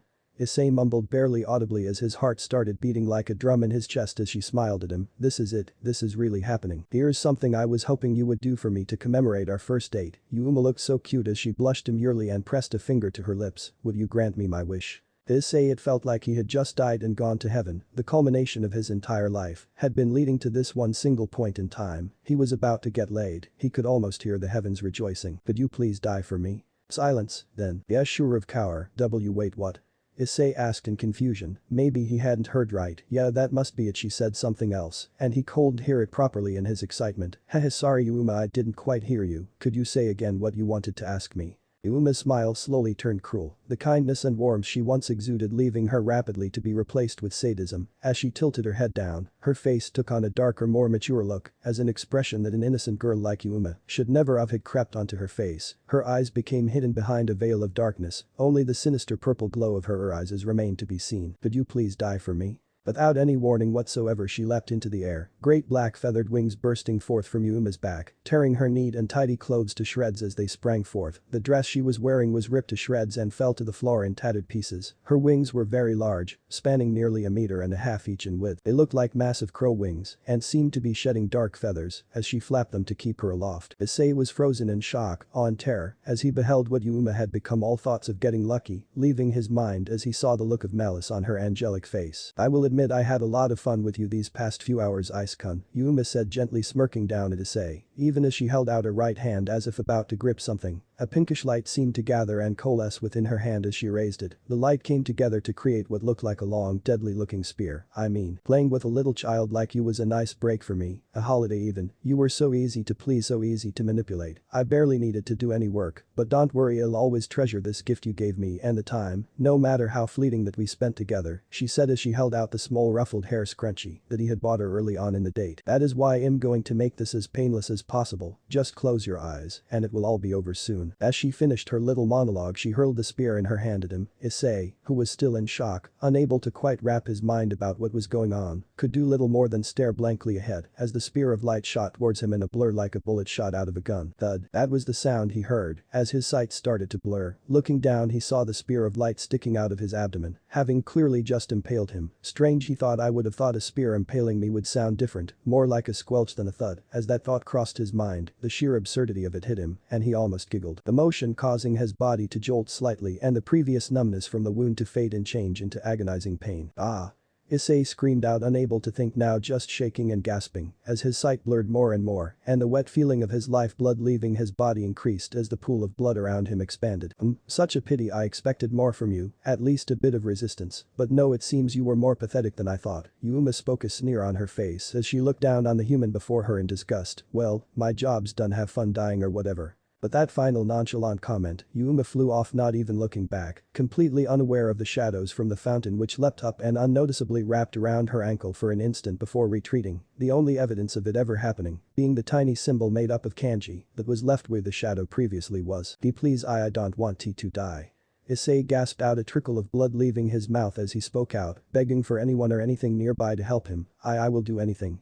Please Jay, just help me. Unknown to him, the random flyer that he had picked up from some weird girl whilst on his date with Yuma started to glow. He had shoved it into his jacket pocket distractedly at the time, still desperately trying anything he could to get into Yuma's panties. Due its position, it had become soaked in Issei's lifeblood and had sent out a summoning request, one that was eagerly picked up by a waiting Redeed just one street over from where Issei lay dying, a Redeed who was waiting for just such an opportunity to happen so she can take advantage. It was time, thought Ria's Gremory as she felt the pull of an active request. She had been waiting for this for hours, ever since she was informed Issei had started his date. Did a part of her feel bad for what she was doing? Yes, but she knew what she was doing was for the greater good. Issei would understand. Who knows, he would probably appreciate being a devil more than a human. Immortality and power, isn't that what all humans craved after all? And of course she could spin him a tale about him having a peerage of his own if he became powerful enough, which was true after all. Several other reincarnated devils had done so. It was something that was expected of all devils once they reached the level of high class or higher. With her resolve strengthened, she cast her teleportation spell. A glowing red circle emblazoned with a Gremory crest appearing below her. Then she was gone from the alleyway she was previously waiting in, and instead she was stepping out of a new circle in a clearing in the park. An innocently flowing fountain and the desperate gasps of the dying Issei being the only things she could see or hear in the dark forest. Ria's Gremory looked down at the dying boy who she had correctly assumed possessed a sacred gear. It was the reason why the fallen angel attacked him, and it was the reason why she had not stopped what had transpired. Now that he was dying, she could properly resurrect him and make this boy her pawn, a soldier for her to use in her fight against Riser Phoenix, her fight for freedom. It would be better for Issei in the long run anyway, no more being hunted by Fallen and no more human weaknesses. It was a win-win situation for both of them, she assured herself. Walking over to Issei, she pulled out a glowing red pawn piece, one of her prized evil pieces. As she held it, she cast her gaze to the now pale white and unconscious Issei bleeding out on ground, evaluating how many pieces she would need to revive him. I would suggest you try all 8 of your pawns, Gremory, otherwise it's not going to work. Upon hearing the voice, Rias jumped in shock, almost dropping her precious pawn piece. Turning her head to where the voice had come from, she saw the familiar face of Naruto Uzumaki, his golden eyes seemingly glowing in the darkness as he seemed to materialize from the shadows themselves as he stepped forward. She was almost entranced by him as the moonlight shone forth on his now revealed figure, his silver hair gleaming in the darkness. What the hell are you doing here?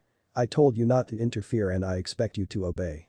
Rias snapped at him, forcing herself to ignore the entrancing image he presented to her as she raised her head and fixed him with a stern glare. Don't worry, I am not here to interfere, girl, only to watch, though I have to say I agree with the Fallen, he was pathetic. He didn't even resist, he just went to his death, staring like a slack-jawed moron. Naruto chuckled, the many years he had been alive and the many things he had seen and done making him immune to feeling any pity for the fallen Issei. He could have at least emphasized with him a bit if he had resisted or tried to fight, no matter how pointless it may have been, but no, he felt no pity for Issei. He is only human, he will learn. Once he becomes a devil he can learn to be strong. I can show him the way, Rias reprimanded, already feeling slightly protective over her future servant. Whatever you say, princess, I've learned over the years how to correctly judge someone from just a glance, and what I saw in Issei isn't strength, it is deep-seated cowardice and insecurity. Maybe that will change, maybe it won't. Honestly, I don't care either way. I am sure he, along with the rest of you, will be interesting entertainment for me no matter what. Are you finished? If so, can I reincarnate my servant, or are you going to continue to monologue like a cliché and I'm villain?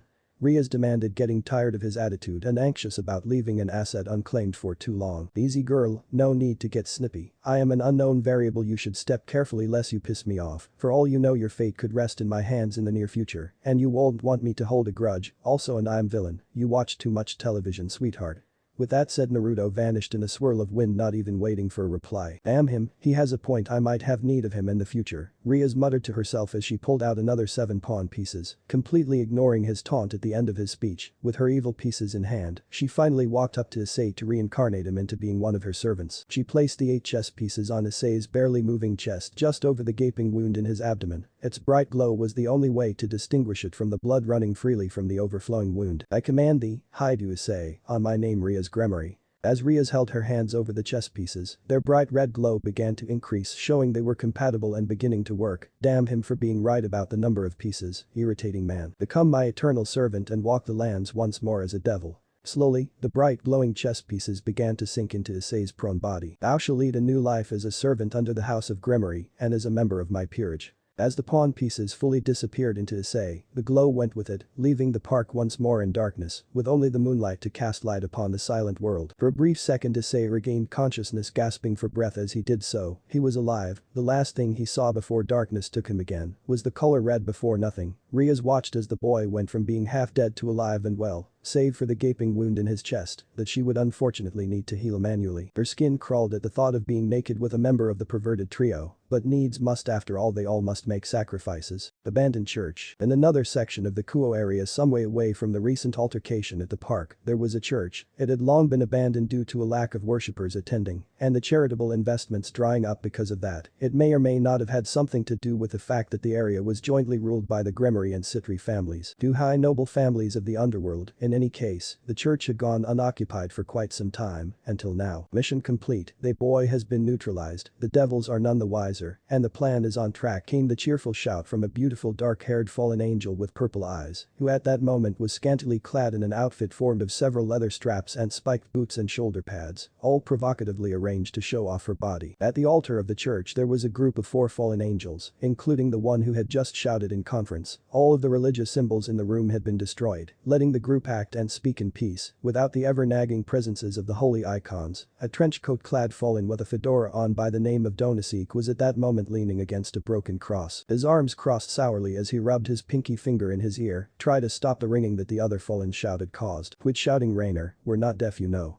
was the reply that the now-known Rainer received. The fallen who had just spoken was called Middleton was in appearance, a young girl who seemed a little bit on the short side with golden blonde hair tied into 2 ponytails and a gothic Lolita outfit on making her look even younger than she normally would, although cute. She also had a sour look on her face from the news her comrade had brought. Calm down, she is just excited that our master's plan is one step closer to being completed and that we are one step closer to being free from him. Another woman spoke. She had the appearance of a beautiful young woman with long midnight hair. She wore a purple jacket and skirt, but was quite voluptuous. Her cleavage was easily on display. Likely due to her not wearing anything underneath her jacket while her skirt only came to her thighs and her high heels helped her posture look more seductive. This was the fallen angel Kalwerner, and there is no need to look so sour. It might be distasteful work, but it needs to be done. This way we not only get our freedom from the asshole, but gain a bit of a reputation too. I don't care for the reputation or about our freedom that much. It's our own fault for getting into this situation in the first place. If we had just gone to Azazel. Anyway, this work is beneath us. The work of grunts like the fallen exorcists, not fallen angels like us. Leave humans to deal with humans. Donasik frowned, but obviously Rainer doesn't agree. She always liked picking on weak humans. She has no honor or sense of propriety. Oh, again with the honor and propriety crap. I am just pissed off we aren't finished yet. We've been here for months. The lowly girl huffed. There is much better things we could have been doing, like going to Disney World. I heard they have a new ride, can we go?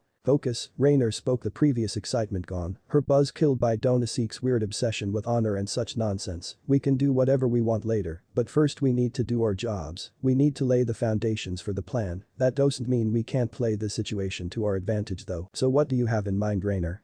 Asked Kalwerner as the rest of the fallen focused on Rainer, ignoring Middlet who was sulking and pouting, clearly trying to get some attention. Kalwerner, Middlet, Donasik, whoever said we need to kill sacred gear users, surely there is a better use for them, a little ritual perhaps that we were working on a few years ago. Asked Rainer. What, you don't mean the sacred gear stealing ritual that you and Kala kept on babbling about? The lowly fallen Middlet answered with a huff. I thought you said it would never work. We think we got it working, we just never had a test subject to test it on. You know how obsessive Azazel Sama is about sacred gear users. Now however we don't have him looking over our shoulders. Now we have an opportunity, Rainer grinned, and I have just the subject we can test the ritual on. Donasik frowned. Sacred gears were gifted to humans by the one god. It is a dishonorable blasphemy to think about besmirching his creations. Humans have had their chance. They are war-hungry savages who only use god gifts for violence and warfare. If they cannot treat their sacred gears with respect, then they should be taken away. The woman Kalwerner spoke, talking about humans like one would a misbehaving child. I think Rainer is right, it is at least worth a try. And just think, Donasik, those humans are dishonoring God's gifts. All we would be doing is teaching them the error of their ways. However, before Donasik could reply, another voice cut into the conversation, an unfamiliar one at that. Well, what an interesting idea. I mean, I thought of doing it myself, but sacred gears would be wasted on me. You lot, however, if you got your hands on a sacred gear, just think of the chaos you could create.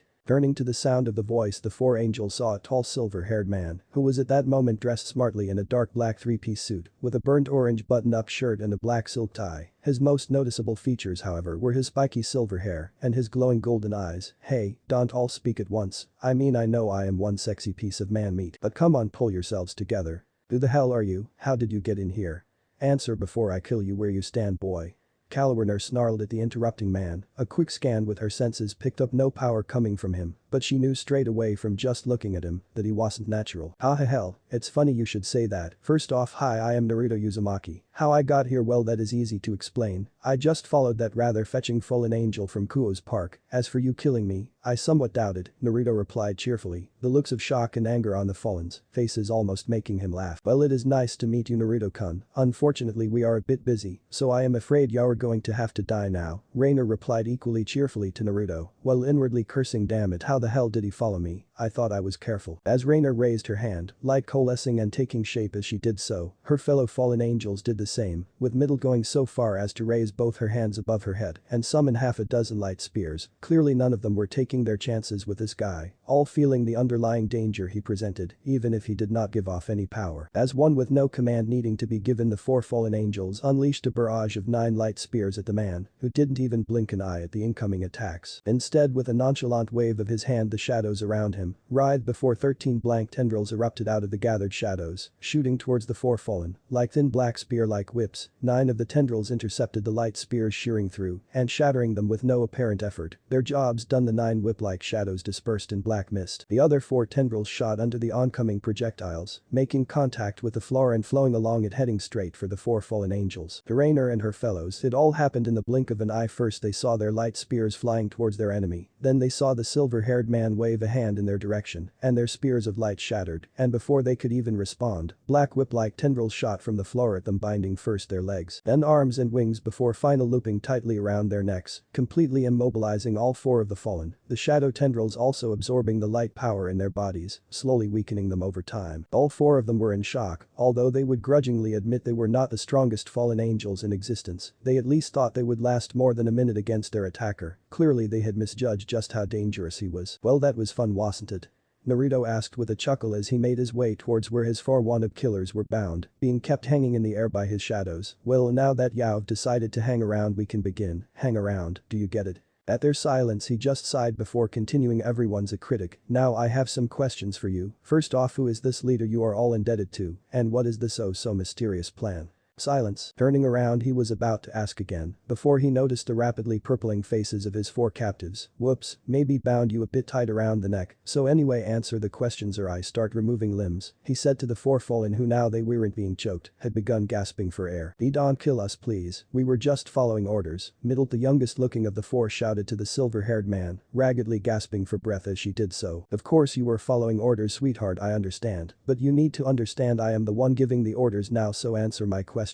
As he said this he moved his shadows, so they covered the mouths of the other angels, stopping them from interrupting him. Now he had found the weak link, the one who given enough pressure would talk. Kuoh, we serve Kuoh. He is blackmailing us. He had evidence of several things we did behind Azazel Sama's back, and if we don't do what he says we will die, with either him or Azazel killing us, but if we help him he will give us the evidence and let us go. He swore a magical oath on it. Middle spoke out, not even trying to hold anything back, knowing just by looking at him that her life would be forfeit if she lied. Kuoh, still the slippery little arsehole he always was then, so what did he want you to do? Answer me, and I will let you live. Or, at least I think so, he wants us to lay the foundations for another great war. We were to kill all sacred gear users we find, so the other factions can't use them. Then we were to assassinate the 2 devil Harris and Kuoh, that would piss off their 2 Mao siblings, who would declare war on the fallen angels. Kuoh has another plan to bring the church into the war, but I don't know what it is. Middle spilled everything she and her friends had been told to do, in the hopes that he would follow his promise and let them go. Please, you have to believe me, I know nothing else. Easy kid, I believe you, Naruto said, and he did. He could sense negative emotions. Now he wasn't suppressing all of his power, and could tell that although angry and scared the blonde fallen had not lied. With that said he released the shadows, gagging her fellow fallen, Kalwerner, Donasik and Rainer. What the hell were you thinking? Middle were as good as dead now.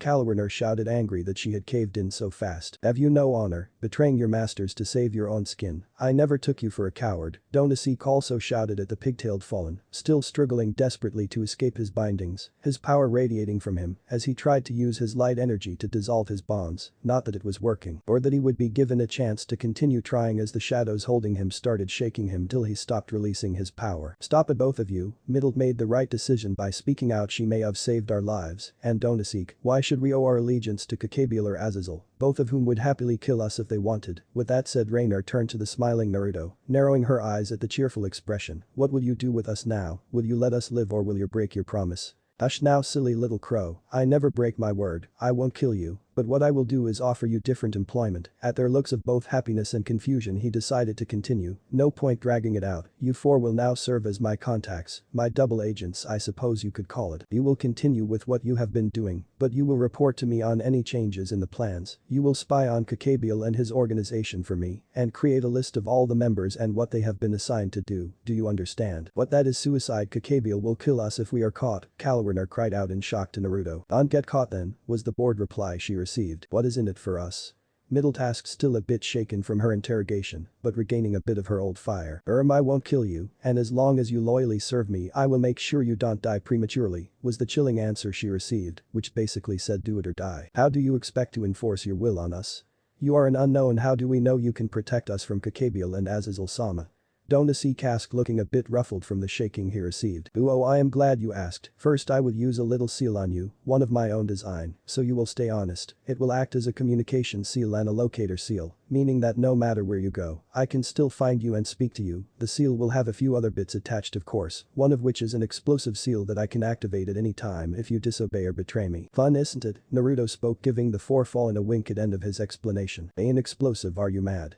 Calwarner squawked in shock, quickly echoed by her fellows. Most probably, yeah. Also, I won't try to mess with the seals, they are kind of a specialty of mine, best seal master in existence you know, and messing with them will almost certainly kill you. Naruto almost burst out laughing as he saw their faces pale. And how would you be putting them on us?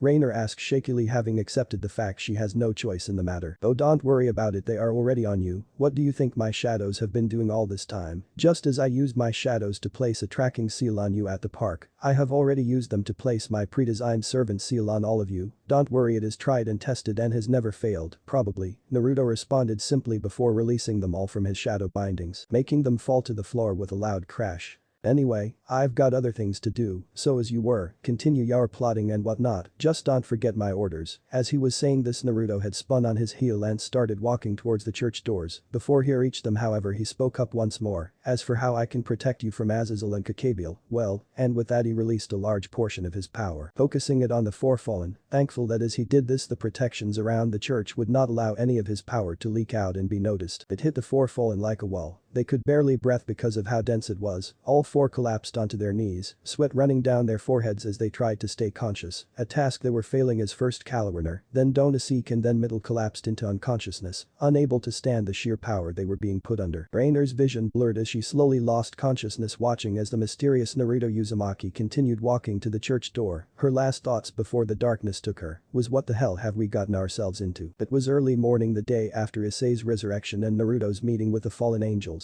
Naruto, the man in question, was at that time approaching the front doors of the Kuoh Academy, wading through giggling girls and laughing boys. He was at that moment back in his guise of an innocent student, wearing his standard Kuoh Academy uniform, minus the ridiculous excuse for a tie they wore, instead choosing to go in with his top two buttons casually undone. As he entered the now familiar school, he came to a sudden stop in the middle of the main foyer. Someone was approaching him. He could tell it was a devil, a weak one at that. It took him a few seconds to go through the list of reincarnated devils at Kuoh and come to a conclusion on which one was looking for him. Uzumaki-san.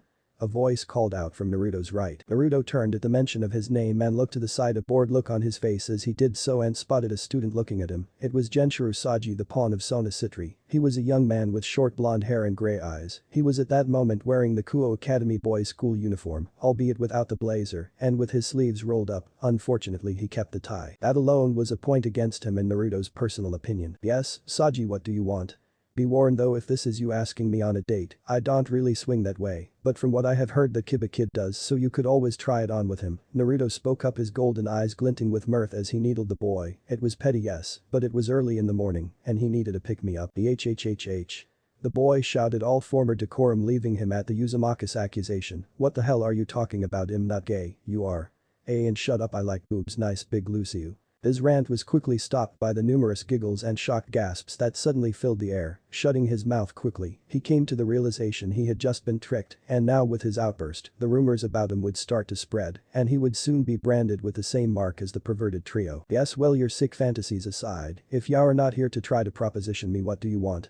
I am a busy guy, you know, Naruto spoke up, deciding to leave the boy for now lest he break his already fragile ego even more. Well, yeah, I am here on behalf of Shitori Sona, who is the student council president here at Kuoh Academy, Saji responded, trying to get back on track as he stiffly gestured for him to follow him. Kaichu would like a meeting with you now in the student council room, if you will follow me. Ooh, sounds like fun. Please lead the way, Saji-chan, Naruto responded, enjoying the slight twitch Saji had when he heard the Uzumaki's nickname for him. As we wandered to the student council room, a curious thought crossed Naruto's mind, one that needed investigating. Deciding that he first needed to shake of Saji, he turned to him, giving him a glare, his golden eyes glowing slightly as he released a focused killing intent onto the poor boy. boy. Suffice to say it worked as Saji froze like a deer caught in the headlights. Keeping the smile on his face, Naruto started to speak. I think I can find my own way from here, Saji, so if you don't mind leave. So it wasn't subtle, but for grunts like Saji subtly wasn't really needed, as can be seen of him turning and running away as fast as he could had anything to say about it. Now his tag along was gone, Naruto proceeded to walk to the student council room, suppressing his presence completely as he crept to the student council room, feeling the detection spell slide over him, completely missing his suppressed presence. Grinning slightly with anticipation, he made it to the student council room and found that the thought he had was correct. The student council room door was slightly open, and it did not take much for Naruto to quietly open it the rest of the way. As he did so, he was happy to see Sona hadn't noticed him. Good, more fun for him. Stepping into the room, he passed through the silencing spells, and what he heard, well, words could not quite describe it. Vanessa Carlton, 1,000 miles. Making my way downtown. Walking fast. Faces pass. And I'm homebound. Staring blankly ahead. Just making my way. Making a way. Through the crowd. But she didn't appear to have noticed him as she pranced around singing as she gyrated her hips to the sound of the music. As he watched, he was barely able to suppress a girlish giggle. He knew she wasn't as straight-laced as she seemed. And I need you. And I miss you. And now I wonder if I could fall into the sky. Do you think time would pass me by? Deciding now was the time to announce his presence as Naruto sung out, "'Cause you know I'd walk 1,000 miles if I could just see you tonight."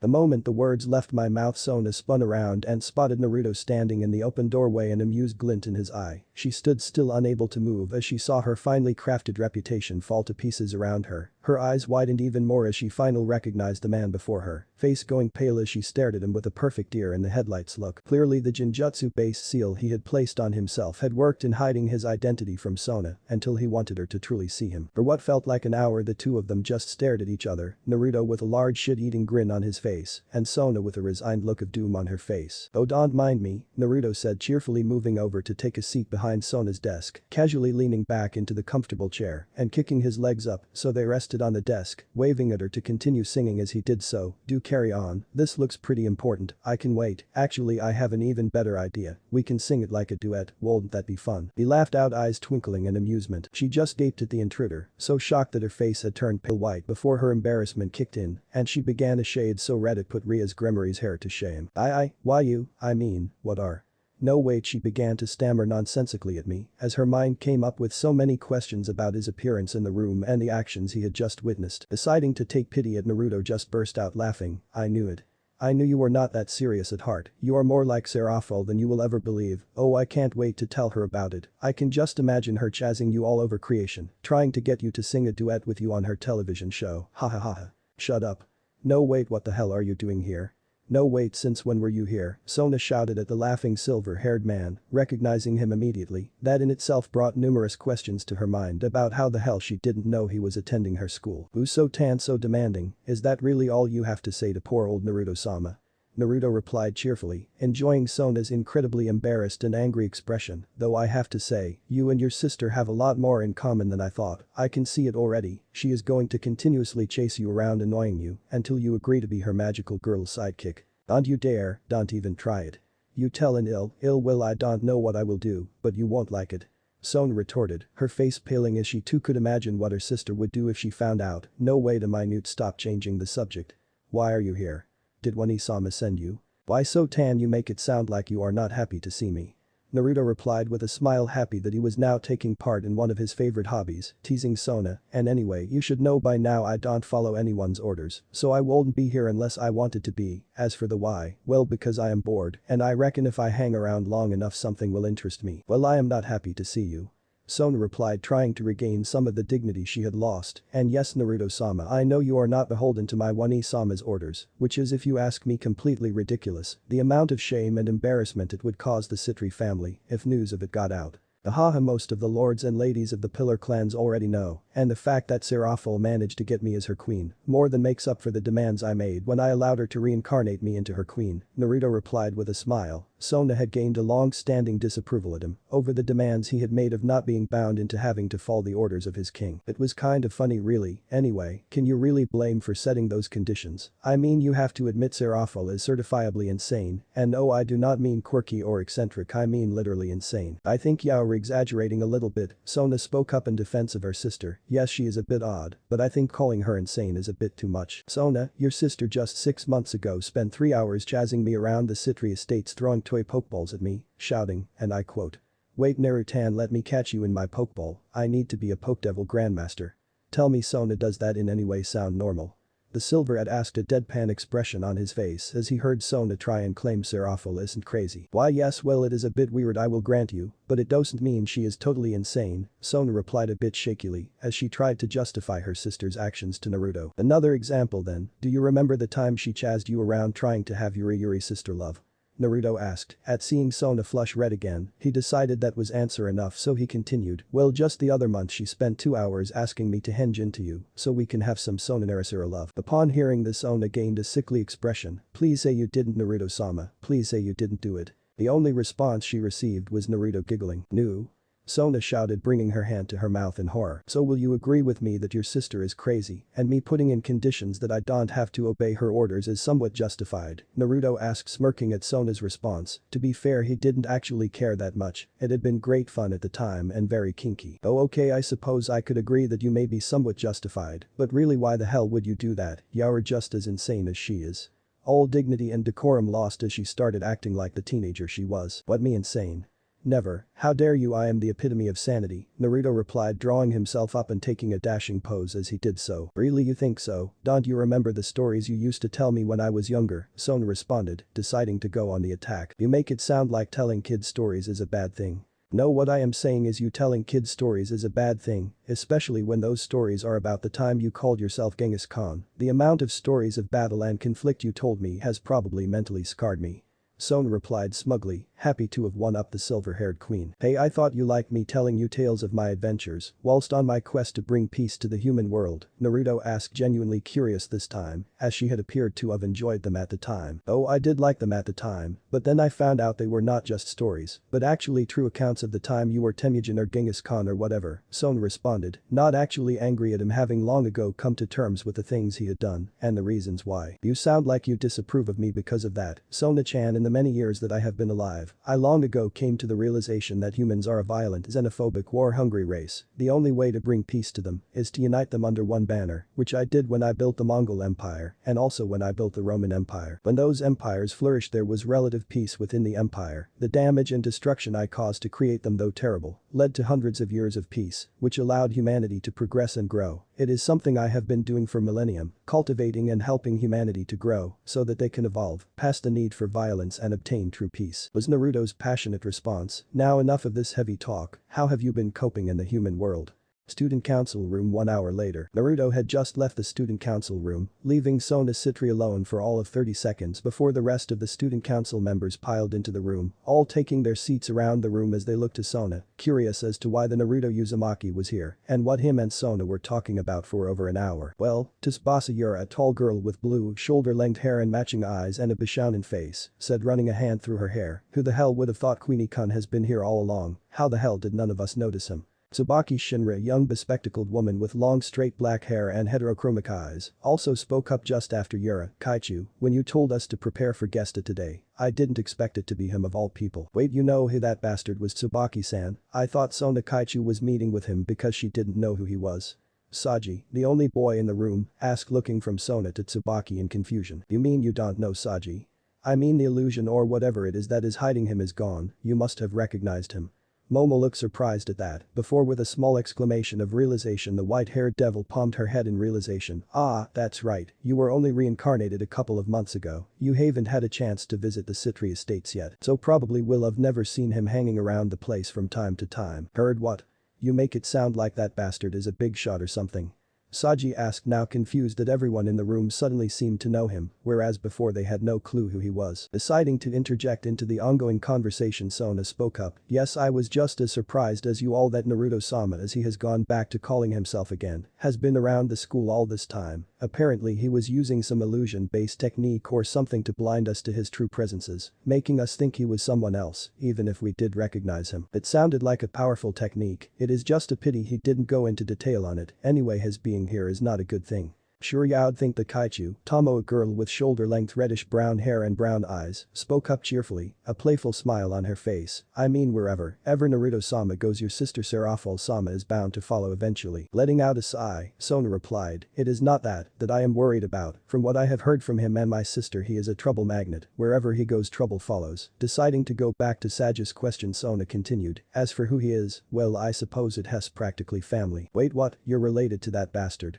Saji yelled out in surprise, mentally comparing Naruto's rather distinctive looks with Sona's. What is he, like your brother or something? Grimacing at the sound of her pawn's shouting, Sona decided to set him right. No, he is not a blood relation to me. He is the queen of my sister Serafall's peerage, and one of the most dangerous people you will ever meet. What do you mean, Kaichu? Saji asked, taking in the nodding heads of the rest of the peerage, as they all agreed with Sona's words. He is ancient even by the standards of devils. How old he is exactly no one really knows. They just know that he has walked the earth since the start of known civilization. He fought in the Great War between the three factions. What he was before he became a devil I am not entirely sure. I have heard from some people that he was a demon or a yokai god and others that he was just a very powerful human. Whatever he is powerful and deadly. As for how we all know him, nearly 200 years ago he became my sister's queen. He has gone by so many names in his life that very few actually know what his true name is, so to most devils, angels, fallen angels and yokai he simply is known as Behemoth, Sona summarized for Saji, who seemed to have gone very pale all of a sudden. As for how we all know him he spends a lot of time hanging around my sister. They seem to have a weird sort of relationship that I don't even want to get into, but anyway, he has been around the Citri estate so much that nearly all the peerage has met him. Yeah, hess awesome, you're a side-outer facing flushing red as she thought of the handsome man. Me calling him a bee-bastard is not a good idea then, Saji asked now quite terrified of the guy. Antagonizing Naruto-sama is not a good idea, not unless you're a pretty girl then you could probably get away with it, Sona Kaichu.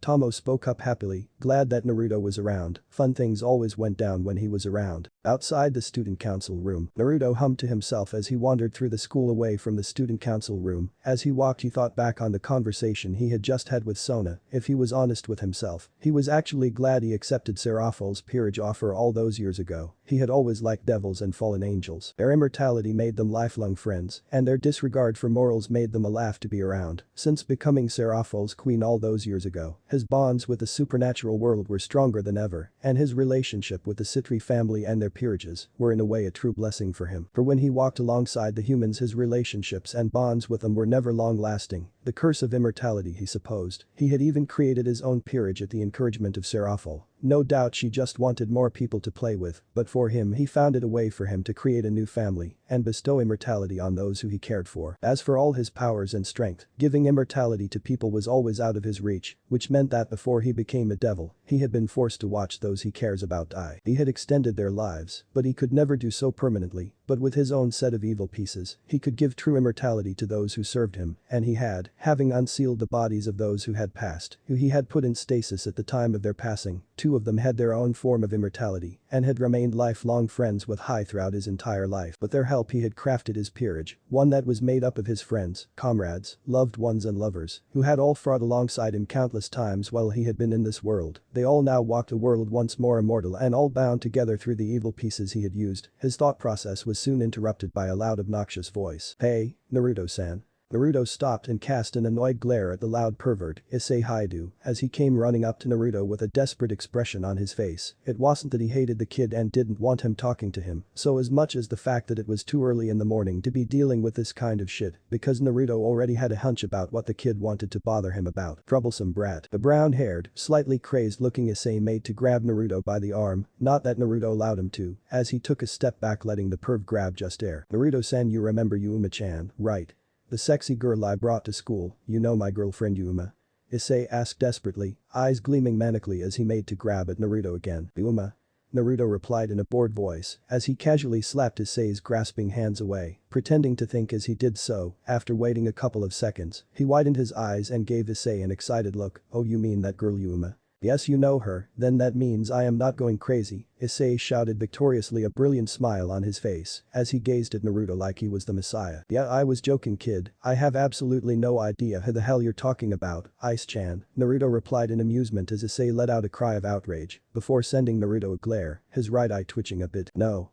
You said you remembered her, Issei shouted at Naruto in shock as the silver-haired man started walking away. Moving quickly, Issei ran to catch up with Naruto as the spiky-haired man walked away. Please tell me I am not crazy. Naruto gave Issei a cheerful smile. Sorry kid, I was just asking for clarification on the issue. As for whether or not you're crazy kid, does it really matter? Being crazy is not a bad thing in this messed up world. Wait, that's not what. Hey, where are you going?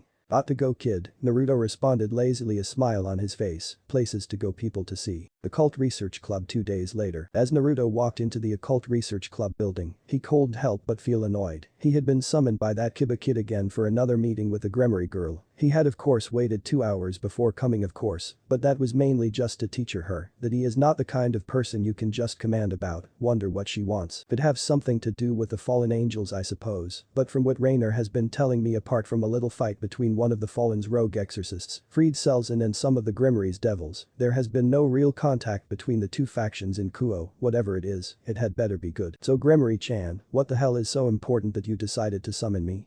Naruto demanded as he strode into Rias' lounge office, ignoring all protocol, noticing as he did that the Gremory heiress was sat on a couch drinking tea whilst her queen stood dutifully behind her. Uzumaki-san, I am glad you accepted my invitation to meet, even if you are 2 hours late, Rias said to the silver-haired man, a disapproving frown on her face as she looked at him. As for why you are here, I find myself needing a bit of assistance. Oh really, and what would this assistance entail, Gremory-chan? Naruto asked, a smile on his face as he looked past Rias and caught Akeno's eye. I have recently run into a bit of trouble involving my new pawn Haidu Issei and some of the fallen that are hanging around town, Rias replied, deciding to get straight to the point. Who knows what trouble Issei would get himself into if he went after that nun alone. Him getting himself killed would inconvenience her a lot. Is this about that little fight between a rogue exorcist and young Ice-chan?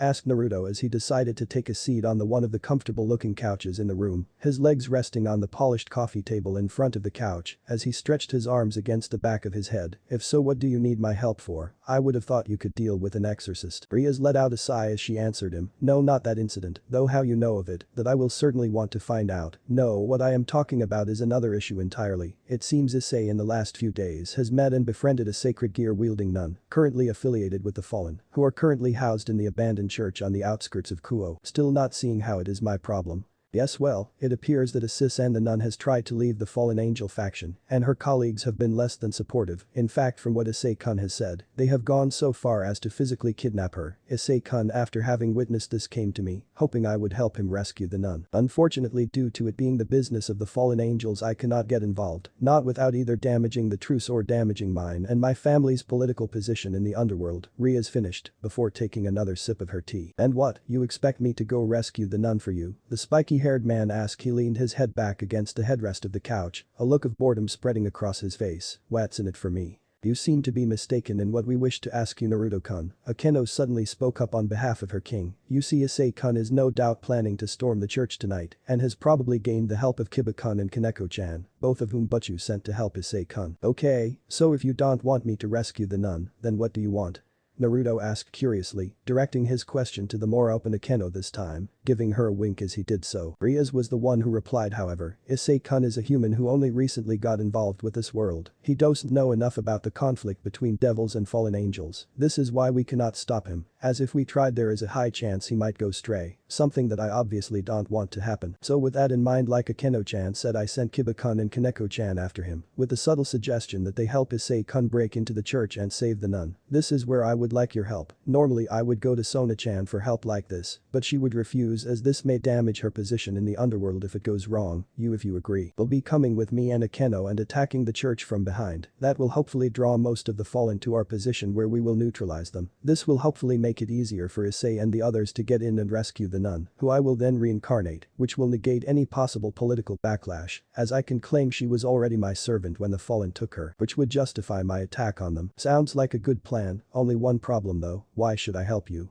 Naruto asked, actually quite impressed by the Gremory's plan. It might be a bit rough and there may be a few problems, but for a teenage schoolgirl, it was pretty damn ruthless. Moo, Naruto-kun, just think how exciting it will be. I mean, I know how you get bored. Just think of how an adventure like this would get your blood pumping. Akeno responded, giggling a bit. I mean, just the thought of striking those fallen angels into the ground with lightning, the pain causing them to scream to the heavens as. Yes. Well, as Akeno-chan was saying, it would stave off some of your boredom and I would owe you a favor. Rias cut Akeno off quickly, not wanting her strange fetishes to put Naruto off of the idea of helping them because they needed him, not because Rias didn't think she and Akeno could not easily defeat a couple of low-ranked fallen foot soldiers, but because Rias needed a scapegoat in case it all went wrong, someone who could take the fall which would allow her to keep her political standing intact, which was critical if she ever wanted to get out of her marriage contract. Alright then, it does indeed sound interesting, though by me doing this you will owe me a favor, Grimmery-chan, Naruto replied in a chipper tone, actually being truthful, as he was looking forward to what was to come. Seeing Rias nod her head in gratitude, Naruto stood up before looking out of the window in the direction of the abandoned church, a sly smile on his face as he did so. Alright then, let the games begin. Naruto Uzumaki grinned to himself as he looked around the forest clearing. Akeno's magic circle had just teleported Naruto, Rias and herself too. The clearing was in a deeply forested area somewhere behind the abandoned church, or that was what he assumed, considering he could see the dark outline of the church through the trees half a mile away. It was getting pretty late in the day now, with the sun having already dropped past the horizon. That meant it was fairly dark under the trees and away from the moonlight, not that either he or the two devils accompanying him would have any trouble seeing through the dark, one of the bonuses of being devils he supposed. Akeno-chan, be on guard, we don't know how many human servants the fallen have. This little distraction of ours could quickly turn into an ambush if we are not careful. Rias spoke up, glancing warily around the dark forest as she did, slightly nervous about going up in a proper fight against the fallen for the first time. Akeno merely nodded her head, accepting her king's words as she also started scanning the surrounding area, her hands crackling with magic as she did so, prepared to attack if she needed to. By contrast to the two girls, Naruto just casually ambled along, a slight skip in his step as he made plans for the night ahead. Happy in the knowledge that he was the biggest and most baddest threat in this forest, with a resigned sigh at his two companions' nervous caution, he decided to speak up. There are 3 fallen angels in the forest at the moment. All 3 are grouped together a bit closer to the church, probably guarding the back entrance from any sort of attack. There is also a stray exorcist roaming the church grounds a bit further afield, and he is being accompanied by another couple of humans. As for the other fallen angel, she is under the church with another 50 or so humans, no doubt preparing for whatever tonight's dastardly main event is, he told them with a bored sigh. Really, from what he could remember, he wasn't this nervous when he saw his first action. Well, hopefully he was not this jittery. Right, very well then, when Issei, Kiba and Kaneko arrive, well, engage the 3 out here. That should hopefully attract enough attention to make their entrance into the church easier, Rias replied, outlining her plan of attack, before giving her companions a pointed look, waiting for their agreement. Akeno just nodded her agreement, a smile on her face, as she stopped herself from giggling out how intense Rias was being. Naruto, however, had no need for tact, as he just started chuckling, before nodding his head in agreement, interested to see whether or not the Gremmery's plan would actually work. It was around 10 minutes later that Akeno broke the tense silence that had descended on the clearing. But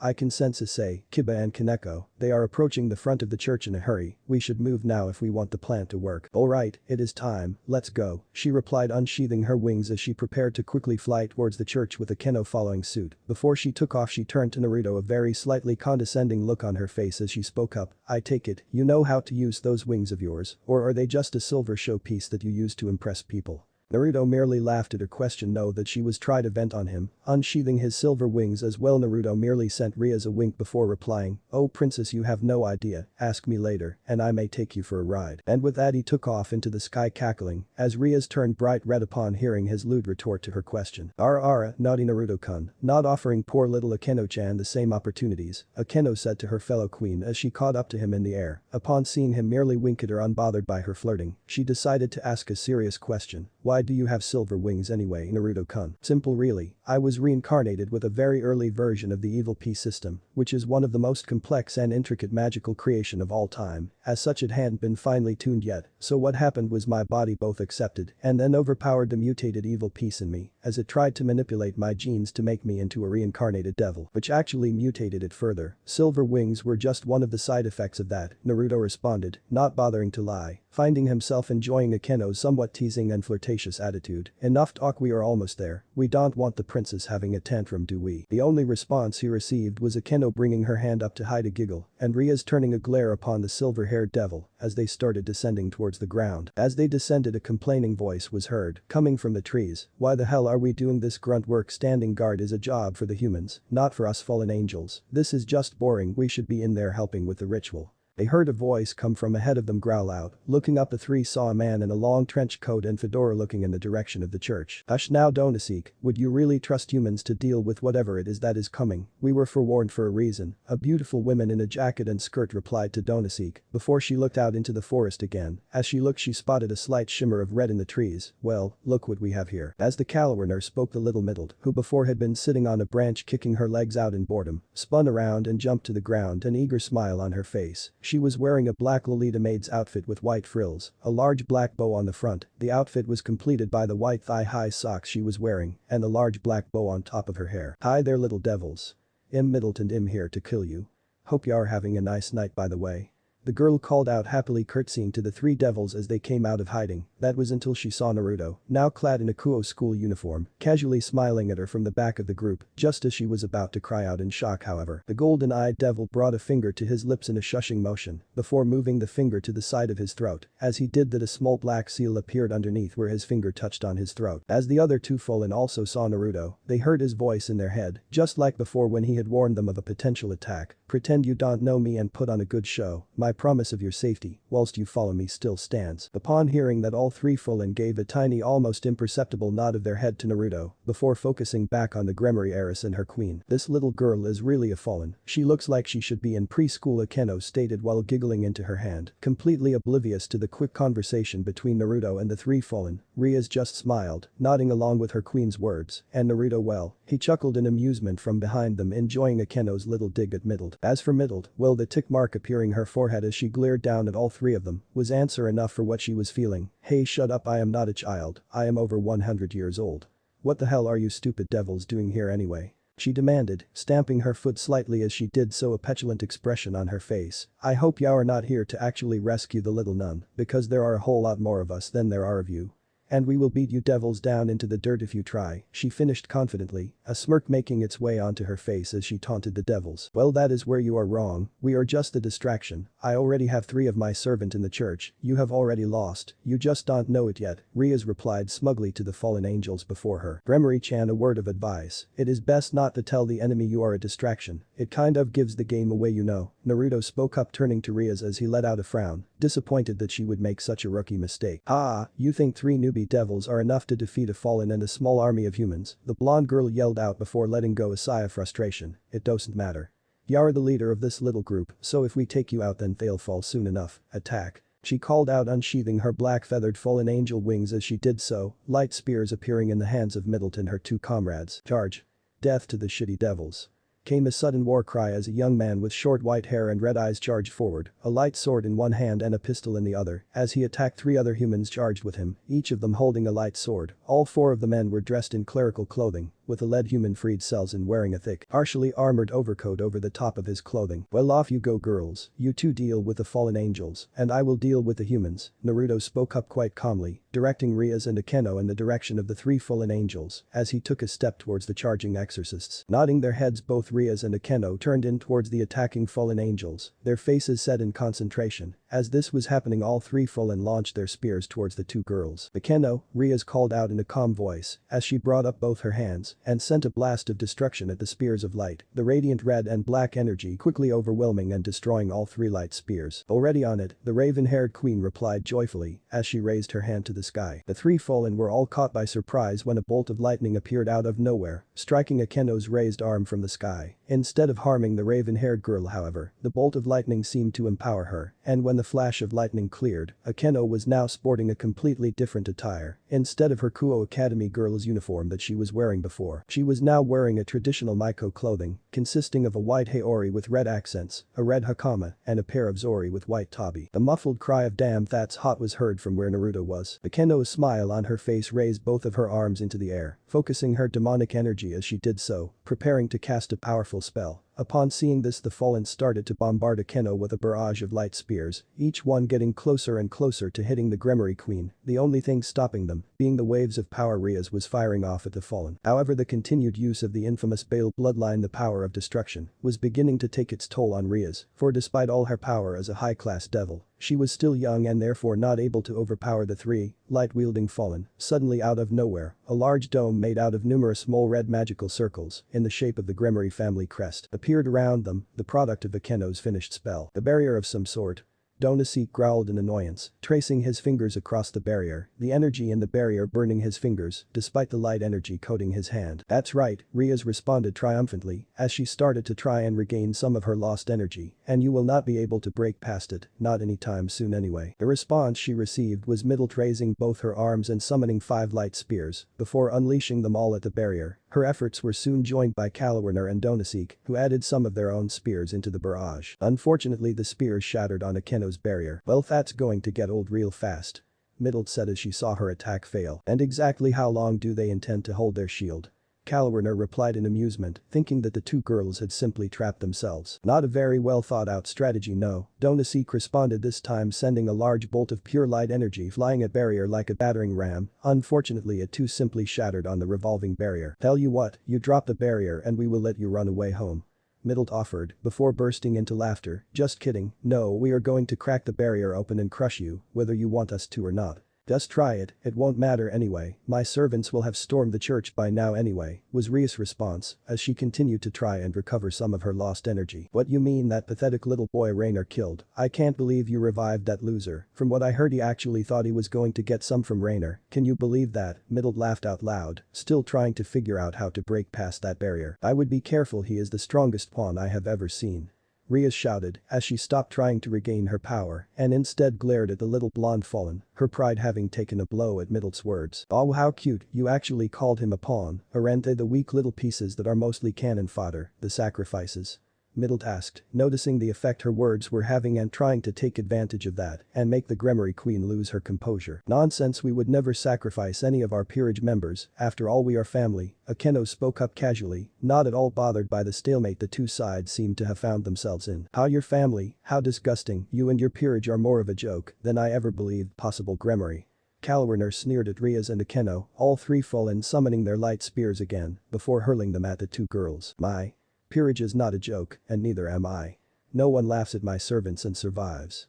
Rias said, in an oddly calm voice as she quickly gathered and released almost all her demonic energy in one massive blast of her power of destruction, her form glowing with an ominous red light and her hair moving as if in a heavy wind. At that same moment Akeno released the barrier, allowing the light spears to come flying past, only for them to be overwhelmed by Rias' blast of destruction, which continued on after destroying the light spears, heading for all three fallen angels who were frozen in their flying formation, transfixed by the attack the Gremory had just sent at them. However, before the mass of red and black energy could hit the three fallen, the shadows in the forest all started to writhe around, before shooting up off of the ground and the trees and wrapping around the three fallen, dragging them into their cold black all-encompassing embrace. The three fallen, now wrapped up in multiple tendrils of shadow, were dragged out of the way of the blast of destruction as it continued its way into the sky. Instead, they were dragged down onto the shadowy forest floor, where they were absorbed, still frozen in shock, into the surrounding shadows, disappearing from sight. With their jobs done, the shadows stopped moving and settled into their former position. Turning around in shock, both Rias and Akeno turned to see the immaculately dressed Naruto casual leaning against a nearby tree trunk, a sly smile playing across his face. Well, wasn't that exciting? Naruto spoke up, enjoying the look of shock on both Rias and Akeno's faces. 15 minutes earlier with Naruto, the four humans were charging at Naruto, three of them wearing black-themed clerical outfits and wielding light swords. The fourth, charging slightly ahead of the rest, was wearing blue and white clerical clothes with a dark blue armored trench coat. In his left hand there was an exorcist gun, a weapon specially modified to fire special light bullets that are extremely dangerous to humans and devils both, and in his other hand was a standard light sword. Readying himself for the coming skirmish, Naruto took a step forward, falling in a casual fighting stance as he did so, deciding to have a bit of fun with the oncoming humans. Prepare yourself, you shitty devil, for all sinners must be punished, the lead human said as he grinned maniacally at Naruto, licking his lips in excitement for the coming fight. Naruto just stared at the insane priest for a moment or two, before letting out a sigh. Wow, now I think I understand the old saying about having a face only a mother could love. Yeah, your mother, you shitty devil. I am glad you lot finally came, I was getting bored.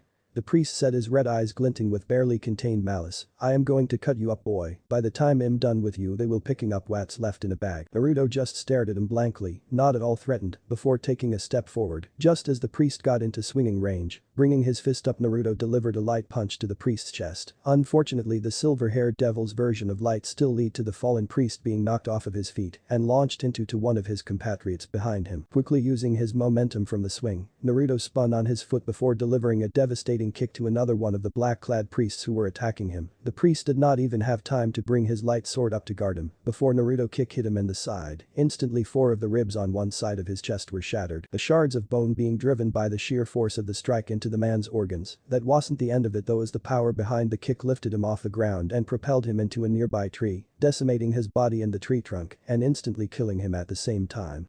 I may have overdone it a bit, sorry, I forget sometimes how fragile you humans can be if I am not careful, Naruto said to the one remaining priest who had seemingly frozen in place after seeing the fates of his comrades. Tell you what, I will go easy on you and only use one finger. How does that sound? The response Naruto got was the man turning around as fast as he could and scrambling away from Naruto, his light sword thrown away so it wouldn't impede his retreat. Not that he got very far, mind you, as a loud bang resulted in part of his head being blown away. Turning his eyes from the now dead priest, Naruto looked to the one who had shot him, only to see it was the crazed white-haired priest who was now back on his feet, the other priest he had crashed into lying dead behind him. Damn shitty coward, look what you made me do. You know, just a bit of advice, but killing your comrades off is not exactly a good idea, especially if you are looking to fight me, Naruto spoke up, a look of faint disgust on his face. He might have done some pretty bad things over his life, but he had never killed one of his comrades for no reason, and the few times that he did were because it was necessary. Ah, what is that?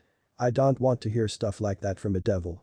They were getting in the way. Anyone who obstructs me from carrying out my holy work of killing all shitty devil and shitty devil lovers have to die, Fried exclaimed with his tongue hanging out of his mouth, laughing insanely to himself all the while. You know, you're kind of annoying me, killing you will be my good deed for the day, aren't you lucky, Naruto replied, regaining his cheer as he thought about the best way to kill the priest in front of him. You shitty devil, kill me, ha. You're insane, Fried yelled like a maniac, seemingly completely forgetting about everything he had witnessed so far. Here comes Fried, ready or not, shitty devil. As you wish, you shitty priest, you, Naruto chuckled watching as Fried charged. The priest leapt forward, slashing with his sword as he did so. Naruto calmly leaned out of the way of a slash and then raised his hands to block the sword of light when it came back around. As the sword came, Naruto caught it, ignoring the faint stinging the light was causing him. He twisted his wrist, completely shattering the sword. Fried, upon seeing this, lifted his gun with his other hand to point it at Naruto, quickly releasing several bullets of light towards Naruto's face. Naruto merely raised his hand up, releasing large amounts of pure chakra from his hand as he did so. Repulsion, Naruto muttered to himself as he expelled a large amount of chakra from his hand, creating a powerful repulsive force as he did so. The technique hit the bullets, oncoming bullets shattering them as it did so before continuing on like an unstoppable wave towards Fried, picking the fallen priest up off the ground as it hit and sending him crashing through 3 different trees as he was blasted backwards. You're lucky I was so nice, Fried. I developed that technique to mimic another one I had seen before called Shinra Tensei. With that one technique I have wiped out entire armies before, caused might tsunamis and so much more. Be glad I didn't use any more power, Naruto spoke up, casting a lazy look at the priest's broken body as he did so. Don't worry though, I will let you live for now. From what I have heard from my faithful fallen angels, you will be useful to me in the future. With his peace said, Naruto turned and walked away, heading in the direction of Rias and Akeno's fight with the fallen angels, catching Akeno summoning a lightning bolt and somehow changing clothes at the same time. She looked pretty good, might as well show his appreciation. Damn, that's hot. But their fight with the fallen angels finally over, Rias and Akeno turned to the casually standing blonde, both quite tired from their fight. What did you do to the fallen? Oh, I just transported them away from the forest. Not to worry, Gremory-chan, they're still alive, Naruto replied happily to Rias. Why did you stop me from killing them? What right did you have to interfere? Rias demanded, unhappy that she had nothing to truly show from her first life and death fight. And what makes you think that they are alive now, Gremory-chan? It's just easier my way. Let's just say this way it will save poor Akeno from having to clear up your mess, Naruto replied, before adopting a kindly smile on his face. Besides, can you truly admit to me right here and now that you are willing to murder 3 people? But your conscience, really take it. I didn't want you to be burdened at such a young age with the knowledge that you have killed. Yes, well, they were enemy fallen angels in my territory. It is my right to kill them, and I will have to get my hands dirty sometime, Rias replied, pushing away her tiredness as she squared up to Naruto before stopping and taking a step back, though I suppose looking back on it, that you were only trying to look out for me, which I truly am grateful for. So Naruto-kun, what did you do to them? Something painful, I hope. Akeno spoke up with delight as she imagined the pain and agony they must have felt. It might be better if you don't know, Akeno, Naruto replied with finality, not wanting to go into any more detail. Let's just say they won't be bothering you again. Well, they probably won't, he thought. Standing up straight and throwing both arms around the 2 girls' shoulders, Naruto guided them in the direction of the church. Come on then, you two, might as well see how the rest of the troops are faring. In the abandoned church. And this one is for Asia. Issei screamed out in rage as he landed a devastating punch on the final fallen angel of the quartet. Said fallen angel had a look of absolute shock on her face before she was sent flying through one of the church windows by the punch. That felt good, Issei muttered before staggering back about to collapse from both exhaustion and pain as the 2 wounds in his legs finally caused them to give way. However, before he hit the ground he was caught by his fellow peerage member Yudo Kiba. Kiba threw Issei's arm over his shoulder as he helped to steady Issei, stopping him from falling to the ground. Look at you, handling that on your own, Kiba said to Issei in an impressed tone as he helped him to find his feet. Yeah, thanks, what held you up? Issei replied back tiredly as he clung on to Kiba. I was instructed to stay back, Ria's orders. Sorry, Kiba answered calmly, not a trace of guilt on his face, as he was only following orders. Seriously? Issei asked while his face took on a surprised expression. Seriously, Rias answered, making Issei turn around in surprise to see her leaning slightly tiredly on the wall a few meters away from him. The familiar forms of Uzumaki Naruto and Himejima Keno standing nearby. I believed in you, I knew you would defeat her, she finished in a warm tone, a smile making its way onto her face as she spoke. You did? Issei asked in surprise, still looking at her in shock, though there was a slight blush creeping up his face as he heard her words. Once our business was finished, she said, gesturing to Akeno and Naruto who were standing beside her, with Naruto giving Issei an interested look as he took in the boy's now revealed sacred gear. We made our way to the basement and arrived just in time to see Kiba and Kaneko having a free-for-all with a bunch of stray exorcists. Once that was taken care of, we made our way up here and saw you fighting the fallen angel, she explained. What's he doing here? Issei asked in confusion, looking towards Naruto. Issei was slightly confused as the last time he spoke to Naruto, he seemed to have no idea about the supernatural. He was, as far as Issei was concerned, just a normal, if somewhat annoying new student. That can be explained later, let's just say he is just giving us a hand, just in case we needed backup. But anyway, I believe we have some business to attend to, she told him as Kaneko returned through the front door of the church, with the body of the fallen angel Rainer dragging after her. Did someone order this? Kaneko asked in a monotone voice as she just overwalked towards Rias and simply dropped the fallen angel at her feet, maintaining her usual stoic look. You must be Rainer. I am Rias Gremory, also known as the next heir to the noble house of Gremory, Rias announced in a proud voice. It's wonderful to meet you, what a shame we don't have time to chat, it's time for you to join your friends. As she finished talking, Rias started to release some of the power she had recovered, giving her voluptuous form an ominous red glow as she looked down at the fallen angel before her. The fallen angel, now known as Rainer, adopted a look of horror on her face as she looked up at Rias. That was before she scanned the rest of the room and found her eyes briefly resting on Naruto, who simply gave her a reassuring smile and a wink as he eyed up her rather revealing outfit. Their friends tried to stop us, I am afraid. We did warn them that it wasn't a very good idea, but they insisted, and well, unfortunately they learned that it was a bad idea the hard way. There was nothing left of them in the end, Rias explained, still releasing her power as she looked down upon the fallen. A blank look made its way onto Rainer's face. If there was nothing left of them, did that mean they were dead or still alive? Whatever it meant, it could be that she was going to be getting out of this alive. Why would the heiress of Gremory dare such a thing? Rainer asked, deciding to trust the blonde when he said he would protect them, constantly telling herself that she was going to be making it out of this alive. I am completely justified in my actions, don't you think? You dare come into my territory and attack members from my household. I think the better question here is why you dared to do something so stupid. Rias snapped at the fallen angel, a glare making its way onto her face, flaring her power even more. Deciding to go for broke just in case Naruto wasn't going to come through for her, Rainer once again took on the guise of Yuma Mono, pink blouse and short skirt included, putting a fearfully teary look on her face as she did so. She turned her attention to Issei, the obvious weak link in the group before her. Ice-kun, please, she gasped out in a soft and innocent voice, making Naruto stifle a chuckle and Issei spin around in shock. I am sorry, I know I said some mean things to you, but I didn't have a choice. I had to fulfill my role as a fallen angel. Please, you have to believe me, Ice-kun, she pleaded as some of the tears started to well up in her eyes. Why, Yuma? Issei said before a pained expression crossed his face and his fists clenched. I mean, if I really didn't care, would I still be wearing your gift? Rainer asked, working the innocent angle as much as she could, while gesturing to the pink scrunchie that was still on her arm. Please don't tell me you forgot why you bought it for me, remember? Now the tears were freely running down her face, don't you remember? Issei recoiled in shock before frowning. Why do you still have that? He demanded. How could I possibly get rid of this? It reminds me of, she started in a soft voice before stopping as Rias released a blast of destructive energy right in front of her. Don't you dare taunt my pawn, fallen angel. Rias growled out, barely containing her anger as her aura of power increased. Ha! And what are you going to do, kill me?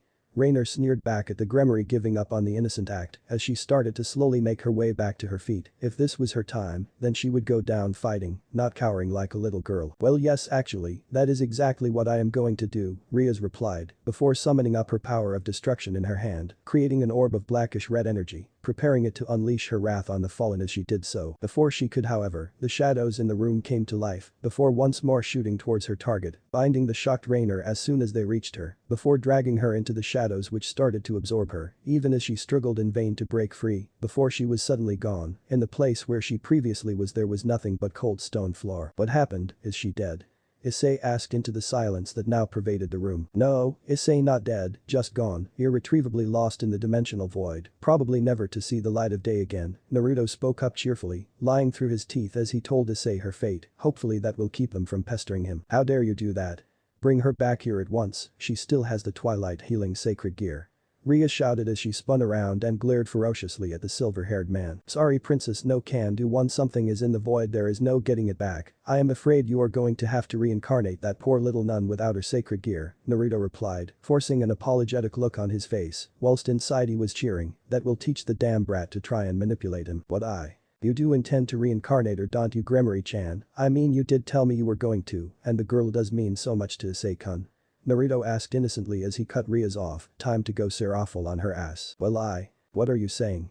Of course Butchu is going to reincarnate Asia-chan. Butchu is too kind to let Asia-chan just die, Issei shouted as he glared at Naruto for even suggesting Asia might not be reincarnated, before turning to the unreadable Rias. You are rent, you Butchu. I mean, you save people, like you did with me, and probably the rest of the peerage. As Issei said that, everyone's attention went to the silent Rias. Oh, of course I am going to save Asia. I mean, why wouldn't I? Just because she doesn't have a sacred gear anymore. No, the House of Gremory stands for more than power. Of course I will save Asia, Rias finally replied, caving into the questioning stares of her peerage and Naruto. Issei's eyes widened in realization that yes, Asia was going to be okay. She wouldn't die here in this church. So obvious was his joy and happiness when he heard that even Naruto couldn't help but let out a small genuine smile. So Asia-chan is going to be like me, a devil in your peerage, Issei started to ask, the happiness in his voice contagious as all the other members of the peerage started smiling a bit as they heard they were going to have a new family member, although Akeno, despite her smile, was slightly anxious. This was a piece Rias could afford to waste. She needed powerful servants and fast. The girl, no matter how nice she may be, isn't strong enough without her sacred gear to help Rias in the short term. As she thought this, she sent a slightly suspicious look at the handsome silver-haired man who was standing at the back of the group. Did he do this on purpose? Is it some form of punishment on Rias or something else? Whatever it was, she would have to find out. Yes, it does, Rias answered Issei's question with a slightly strained smile on her face, taking out a bishop piece as she did so. She then knelt down, soon joined by Issei, who started to clutch the rapidly failing blonde nun in his arms. She placed her glowing red bishop piece on the girl's chest, before standing back to her feet and holding out her hand. I command thee, Asia Argento, on my name Rias Gremory.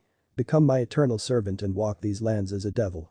Thou shalt lead a new life as a servant under the House of Gremory and as a member of my peerage. It was the day after the confrontation with the fallen at the abandoned church, and Naruto was strolling through the school headed in the direction of the student council room. Despite it having only barely been a day since the business in the abandoned church, the reaction to the little throwdown was already quite obvious. Members of both the Gremory and Citri peerages had been a lot more active recently. As he was walking down the corridor, he could already sense the two devils who were subtly trying to tail him. One was the Nekashu, a second-year student, and the rook of Rias Gremory, one Taoju Kaneko. The young girl seemed to be trailing behind him, suppressing her presence as she kept an eye on him. Looks like Rias has learned her lesson about underestimating unknowns and has decided to spy on him to get a better picture of who she is dealing with. His other follower was a short, petite girl with brown hair and long twin ponytails and green eyes. From what he could remember, she was one of Sona's pawns. He could remember meeting her once a few months ago, just after Sona reincarnated her. Naruto let out a sigh as he continued walking. This was going to get very annoying if it persisted.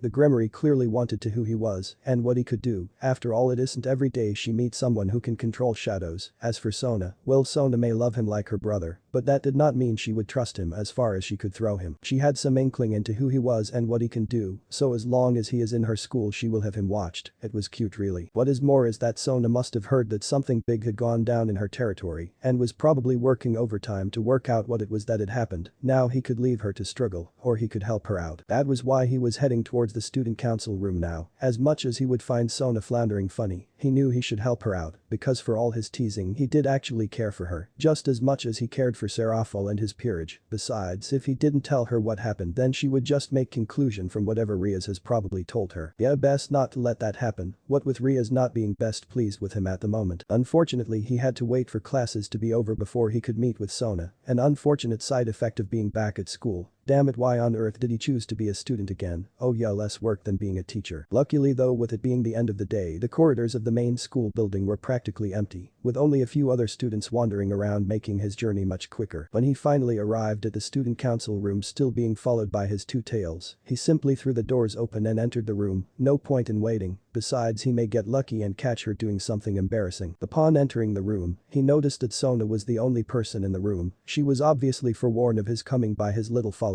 As he entered he could see Sona was sitting behind her desk surrounded by the paperwork that she was working on. As Naruto entered the room, Sona looked up and watched him curiously as he approached her position. Before he pulled out the chair in front of her desk and collapsed into it with a sigh. Good afternoon Sotan, been having a nice day?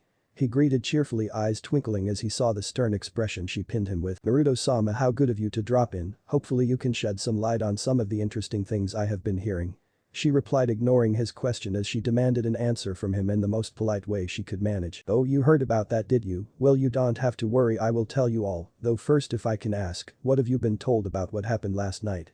Naruto asked with a smile on his face. Well, from the little Rias-chan has told me, Rias and her peerage attacked a fallen outpost last night and wiped them out, she replied sternly. Rias also said that the reason for attacking the fallen angels was because they had kidnapped one of her new peerage members, one Asia Argento. Apparently they kidnapped her to perform some sort of ritual that stripped her of her sacred gear. Well, you seem to have the gist of it. Rias asked me for help just in case they needed it. I agreed and provided some assistance with the cleanup. I doubt there will be much fallout from this. After all, the fallen cell was both hostile and, from what I had gathered, rogue. Nothing for you to be worrying about, Naruto replied. I still should have been informed. This happened in my territory. The next time something like this happens, I would request that you inform me and not just run off to who knows where with Rias-chan. Oh, so Tan, it sounds like you're jealous that Rias and me went on an adventure together. You know, if you want to spend more time with me you just have to ask, Naruto spoke up with a smile. No, I don't mean it like that and you know it, Sona responded, flushing slightly red as she did so. Whatever you say. Ignoring him, Sona once again set her face in a stern scowl as looked at Naruto. There was one other thing Rias mentioned. She mentioned that during your cleanup, you destroyed a powerful sacred gear belonging to one of her pieces by accident. At his look of innocence as Sona decided to continue, nothing you do is an accident.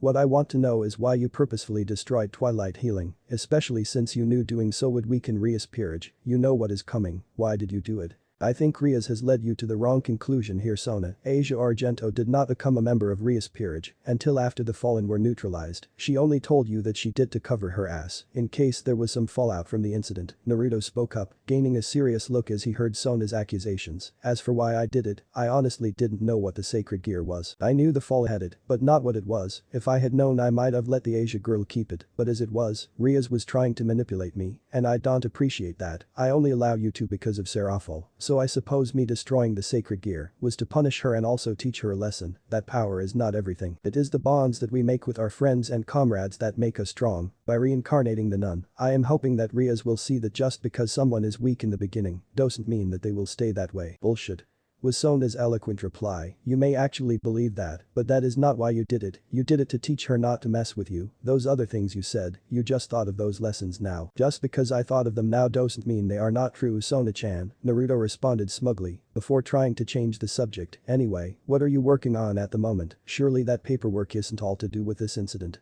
Looking at the piles of paperwork covering her desk, Sona accepted the change in conversation, knowing that there would be no point in trying otherwise, not against Naruto who was as stubborn as possible. What I am doing is preparing for the Young Devils gathering. It will be taking place soon, and I want to be as prepared for it as possible. I have already made a list of all the possible contenders, as well as the strategies I would use to defeat them, she answered while moving papers into different piles, deciding that she could multitask, now that most of her questions had been answered. That's the event where you declare your future ambitions to the Mayu and the Devil Elders, isn't it?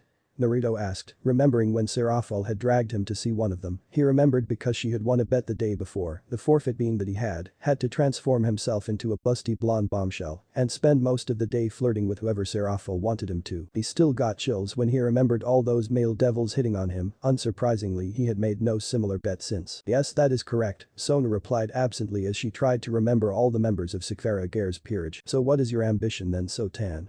He asked her, genuinely curious as to what her answer would be. He already knew Serafall's ambition was to be the most magical girl in the world, as well as creating an eternally lasting peace between the three biblical nations. It would be interesting to see what Sona's ambition would be. Sona hesitated for a moment. Naruto had been the naughty older brother figure for her since she had been born. Sure, sometimes she didn't like or trust him, but she never stopped loving him, and she never stopped trying to make him proud. So would he be proud of her if he heard of her ambition? She just didn't know. Taking a deep breath, she drew on all her courage and began explaining her dream to Naruto, hoping against hope that he won't be disappointed in her. Well, I suppose my ambition is to open a school in the underworld, a school to teach devils about the raiding games, Sona said, wincing slightly when his face went blank. I thought there already was a place like that though. You went there for a few years before you joined Kuoh Academy if I remember right.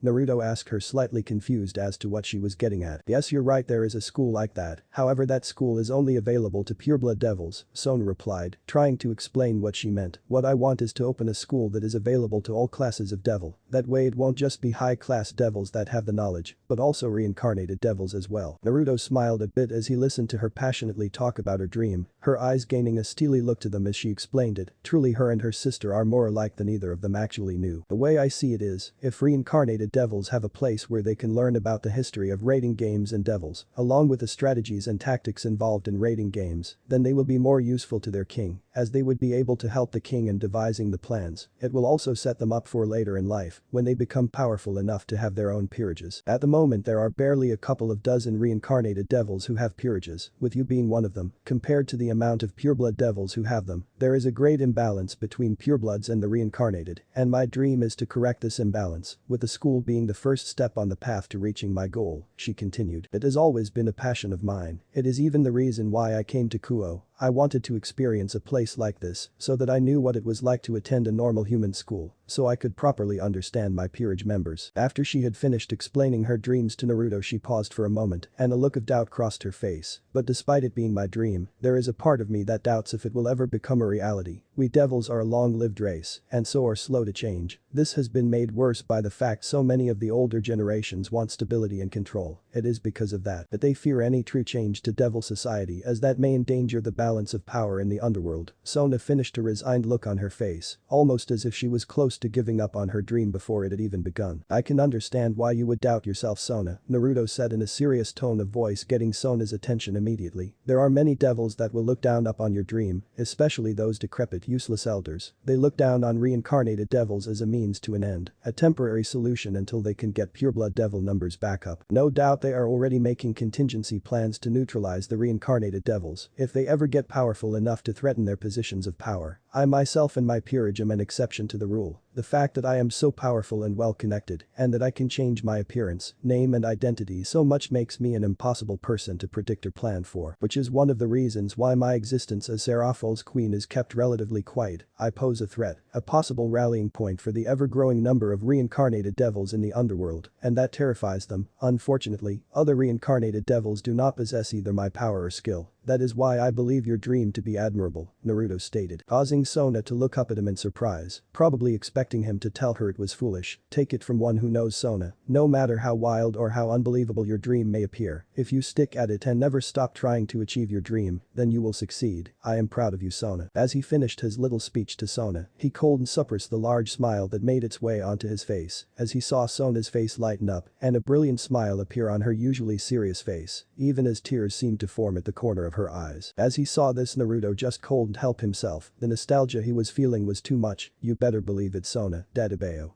Sona couldn't help but let out a giggle at his corny words, knowing he wouldn't normally say something like that. So Naruto-kun, what is your life's ambition?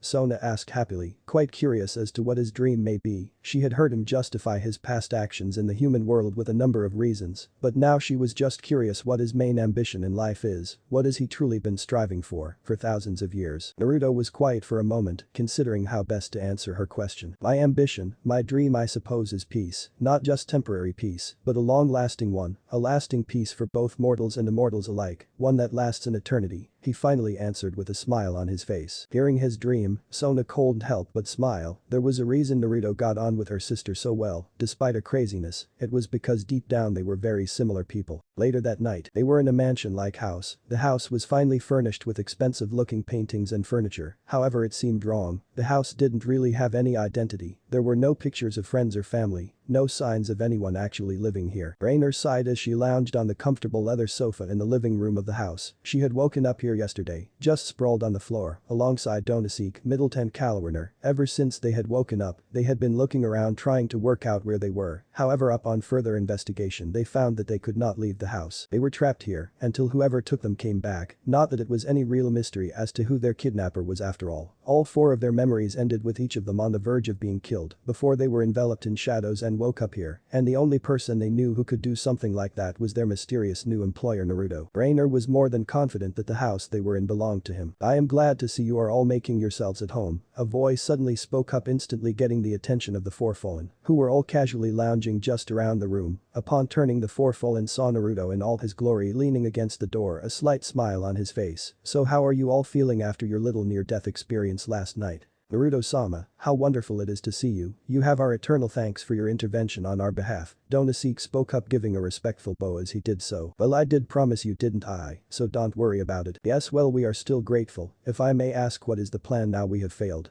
Asked Rainer respectfully, a slight gleam in her eye as she took in Naruto's form. Well, Naruto said, gesturing to all four fallen as he did so, you're all still useful to me, even if you can't stay here in Kuoh, so with that in mind, I want to offer you all a chance to become servants in a second peerage of sorts, as I have used up all of my evil pieces. At that, the fallen angels all recoiled in horror and surprise upon hearing his offer. The fallen angels clearly didn't seem too pleased by his offer, and as if to back that up, Middle quickly snapped, hell no. Naruto just shrugged at that before informing them nonchalantly, too bad, you four are already my servants, I just thought I would offer you a bit of power, but if you don't want it, I will not argue with you, just a pity you won't even consider the idea. The fallen angels now looked at each other, each one was weighing up his offer of power in return for becoming his permanent servants. Middle finally declared loudly, I am not becoming a devil, there is no way I would lower myself to that, no offense. Well, for once I agree with Middle, I'm not going to become a devil either. Calwarner also spoke up stubbornly. I see you misunderstand me, I am not offering to make you devils, no, I am just offering you power in return to being bound to me permanently. You would still be fallen angels and retain your free will, Naruto replied, trying to make them understand what he was offering. As I said, I have used up all my evil pieces and so have no way to turn you into devils. Not that I would, of course, well, at least not without your permission. What power do you mean to give us, and what would being bound to you mean? Rainer asked, deciding to keep a cool head and get some answers before making a decision. Well, I would put a complex sealing matrix on each of you. It is a heavily modified version of an already existing seal, the cursed seal of heaven. What my seal would do to you is create artificial chakra pathways in your body. However, you don't have chakra, meaning that the chakra pathways would be useless. That is where the other part of my seal comes in. The seal will absorb natural energy from the surrounding area and channel that natural energy into your empty chakra pathways, Naruto replied, gaining a smile at the looks of surprise and shock on their faces. They are going to give us the ability to use Senjutsu? Won't that turn us insane? Rainer cried in shock. No, it won't turn you insane, nor will the seal give you proper Senjutsu, it will give you more of a bastardized version. The negative effects from Senjutsu only happen when you don't balance the natural energy you are absorbing with your chakra. Since you don't have chakra, you can't use that version of Senjutsu. No, what will happen with you is the natural energy will flow through your artificial pathways before being released. As it does this, it will release some ambient energy into your bodies. Your bodies will absorb this ambient energy, and when it does this, the energy will make you stronger, faster and more durable. Another side effect is that it will make your magic stronger. Sounds good, doesn't it? Naruto replied. Yes, too good. What are the drawbacks of this power? For all power has a cost. Rainer asked on behalf of the group. The drawback of this is that it doesn't allow you to use proper Senjutsu, that is it, Naruto replied, pleased that they seem to be coming round to the idea. All the members of my peerage have the seal, though with them the benefit of the seal is less the increased physical attributes and instead more the increased resistance to light and holy magic. And being bound to you? Rainer asked slightly shocked as she heard what the seal can do for devils, though still slightly suspicious. Well, let's just say it is an updated version of my last seal, binding you loyalty to me and me alone. I won't go into details, but just trust me when I say it won't strip you of your free will, Naruto responded. So what do you say? The Cult Research Club. But are you in here? Akeno called out as she slowly opened the door to the club room. She got her answer quickly, as when she entered she saw Rias at her desk slumped over, her face planted on her desk, and an aura of misery and depression surrounding her. Akeno blinked in surprise at the sight. What could have happened? Rias only last night had been perfectly fine. What could have happened in the space of one night to make the usually happy and confident Rias so miserable? Moving forward, Akeno gently touched Rias' shoulder before asking, Rias-chan, are you okay? What has happened? No, Akeno, I'm not okay. Grafia was here last night, came Rias' muffled reply. What? Akeno asked in shock and dismay, but I thought you had more time. You heard me, Rias moaned before raising her head and looking Akeno in the eye. The phoenixes have pushed the date forward. When is it happening?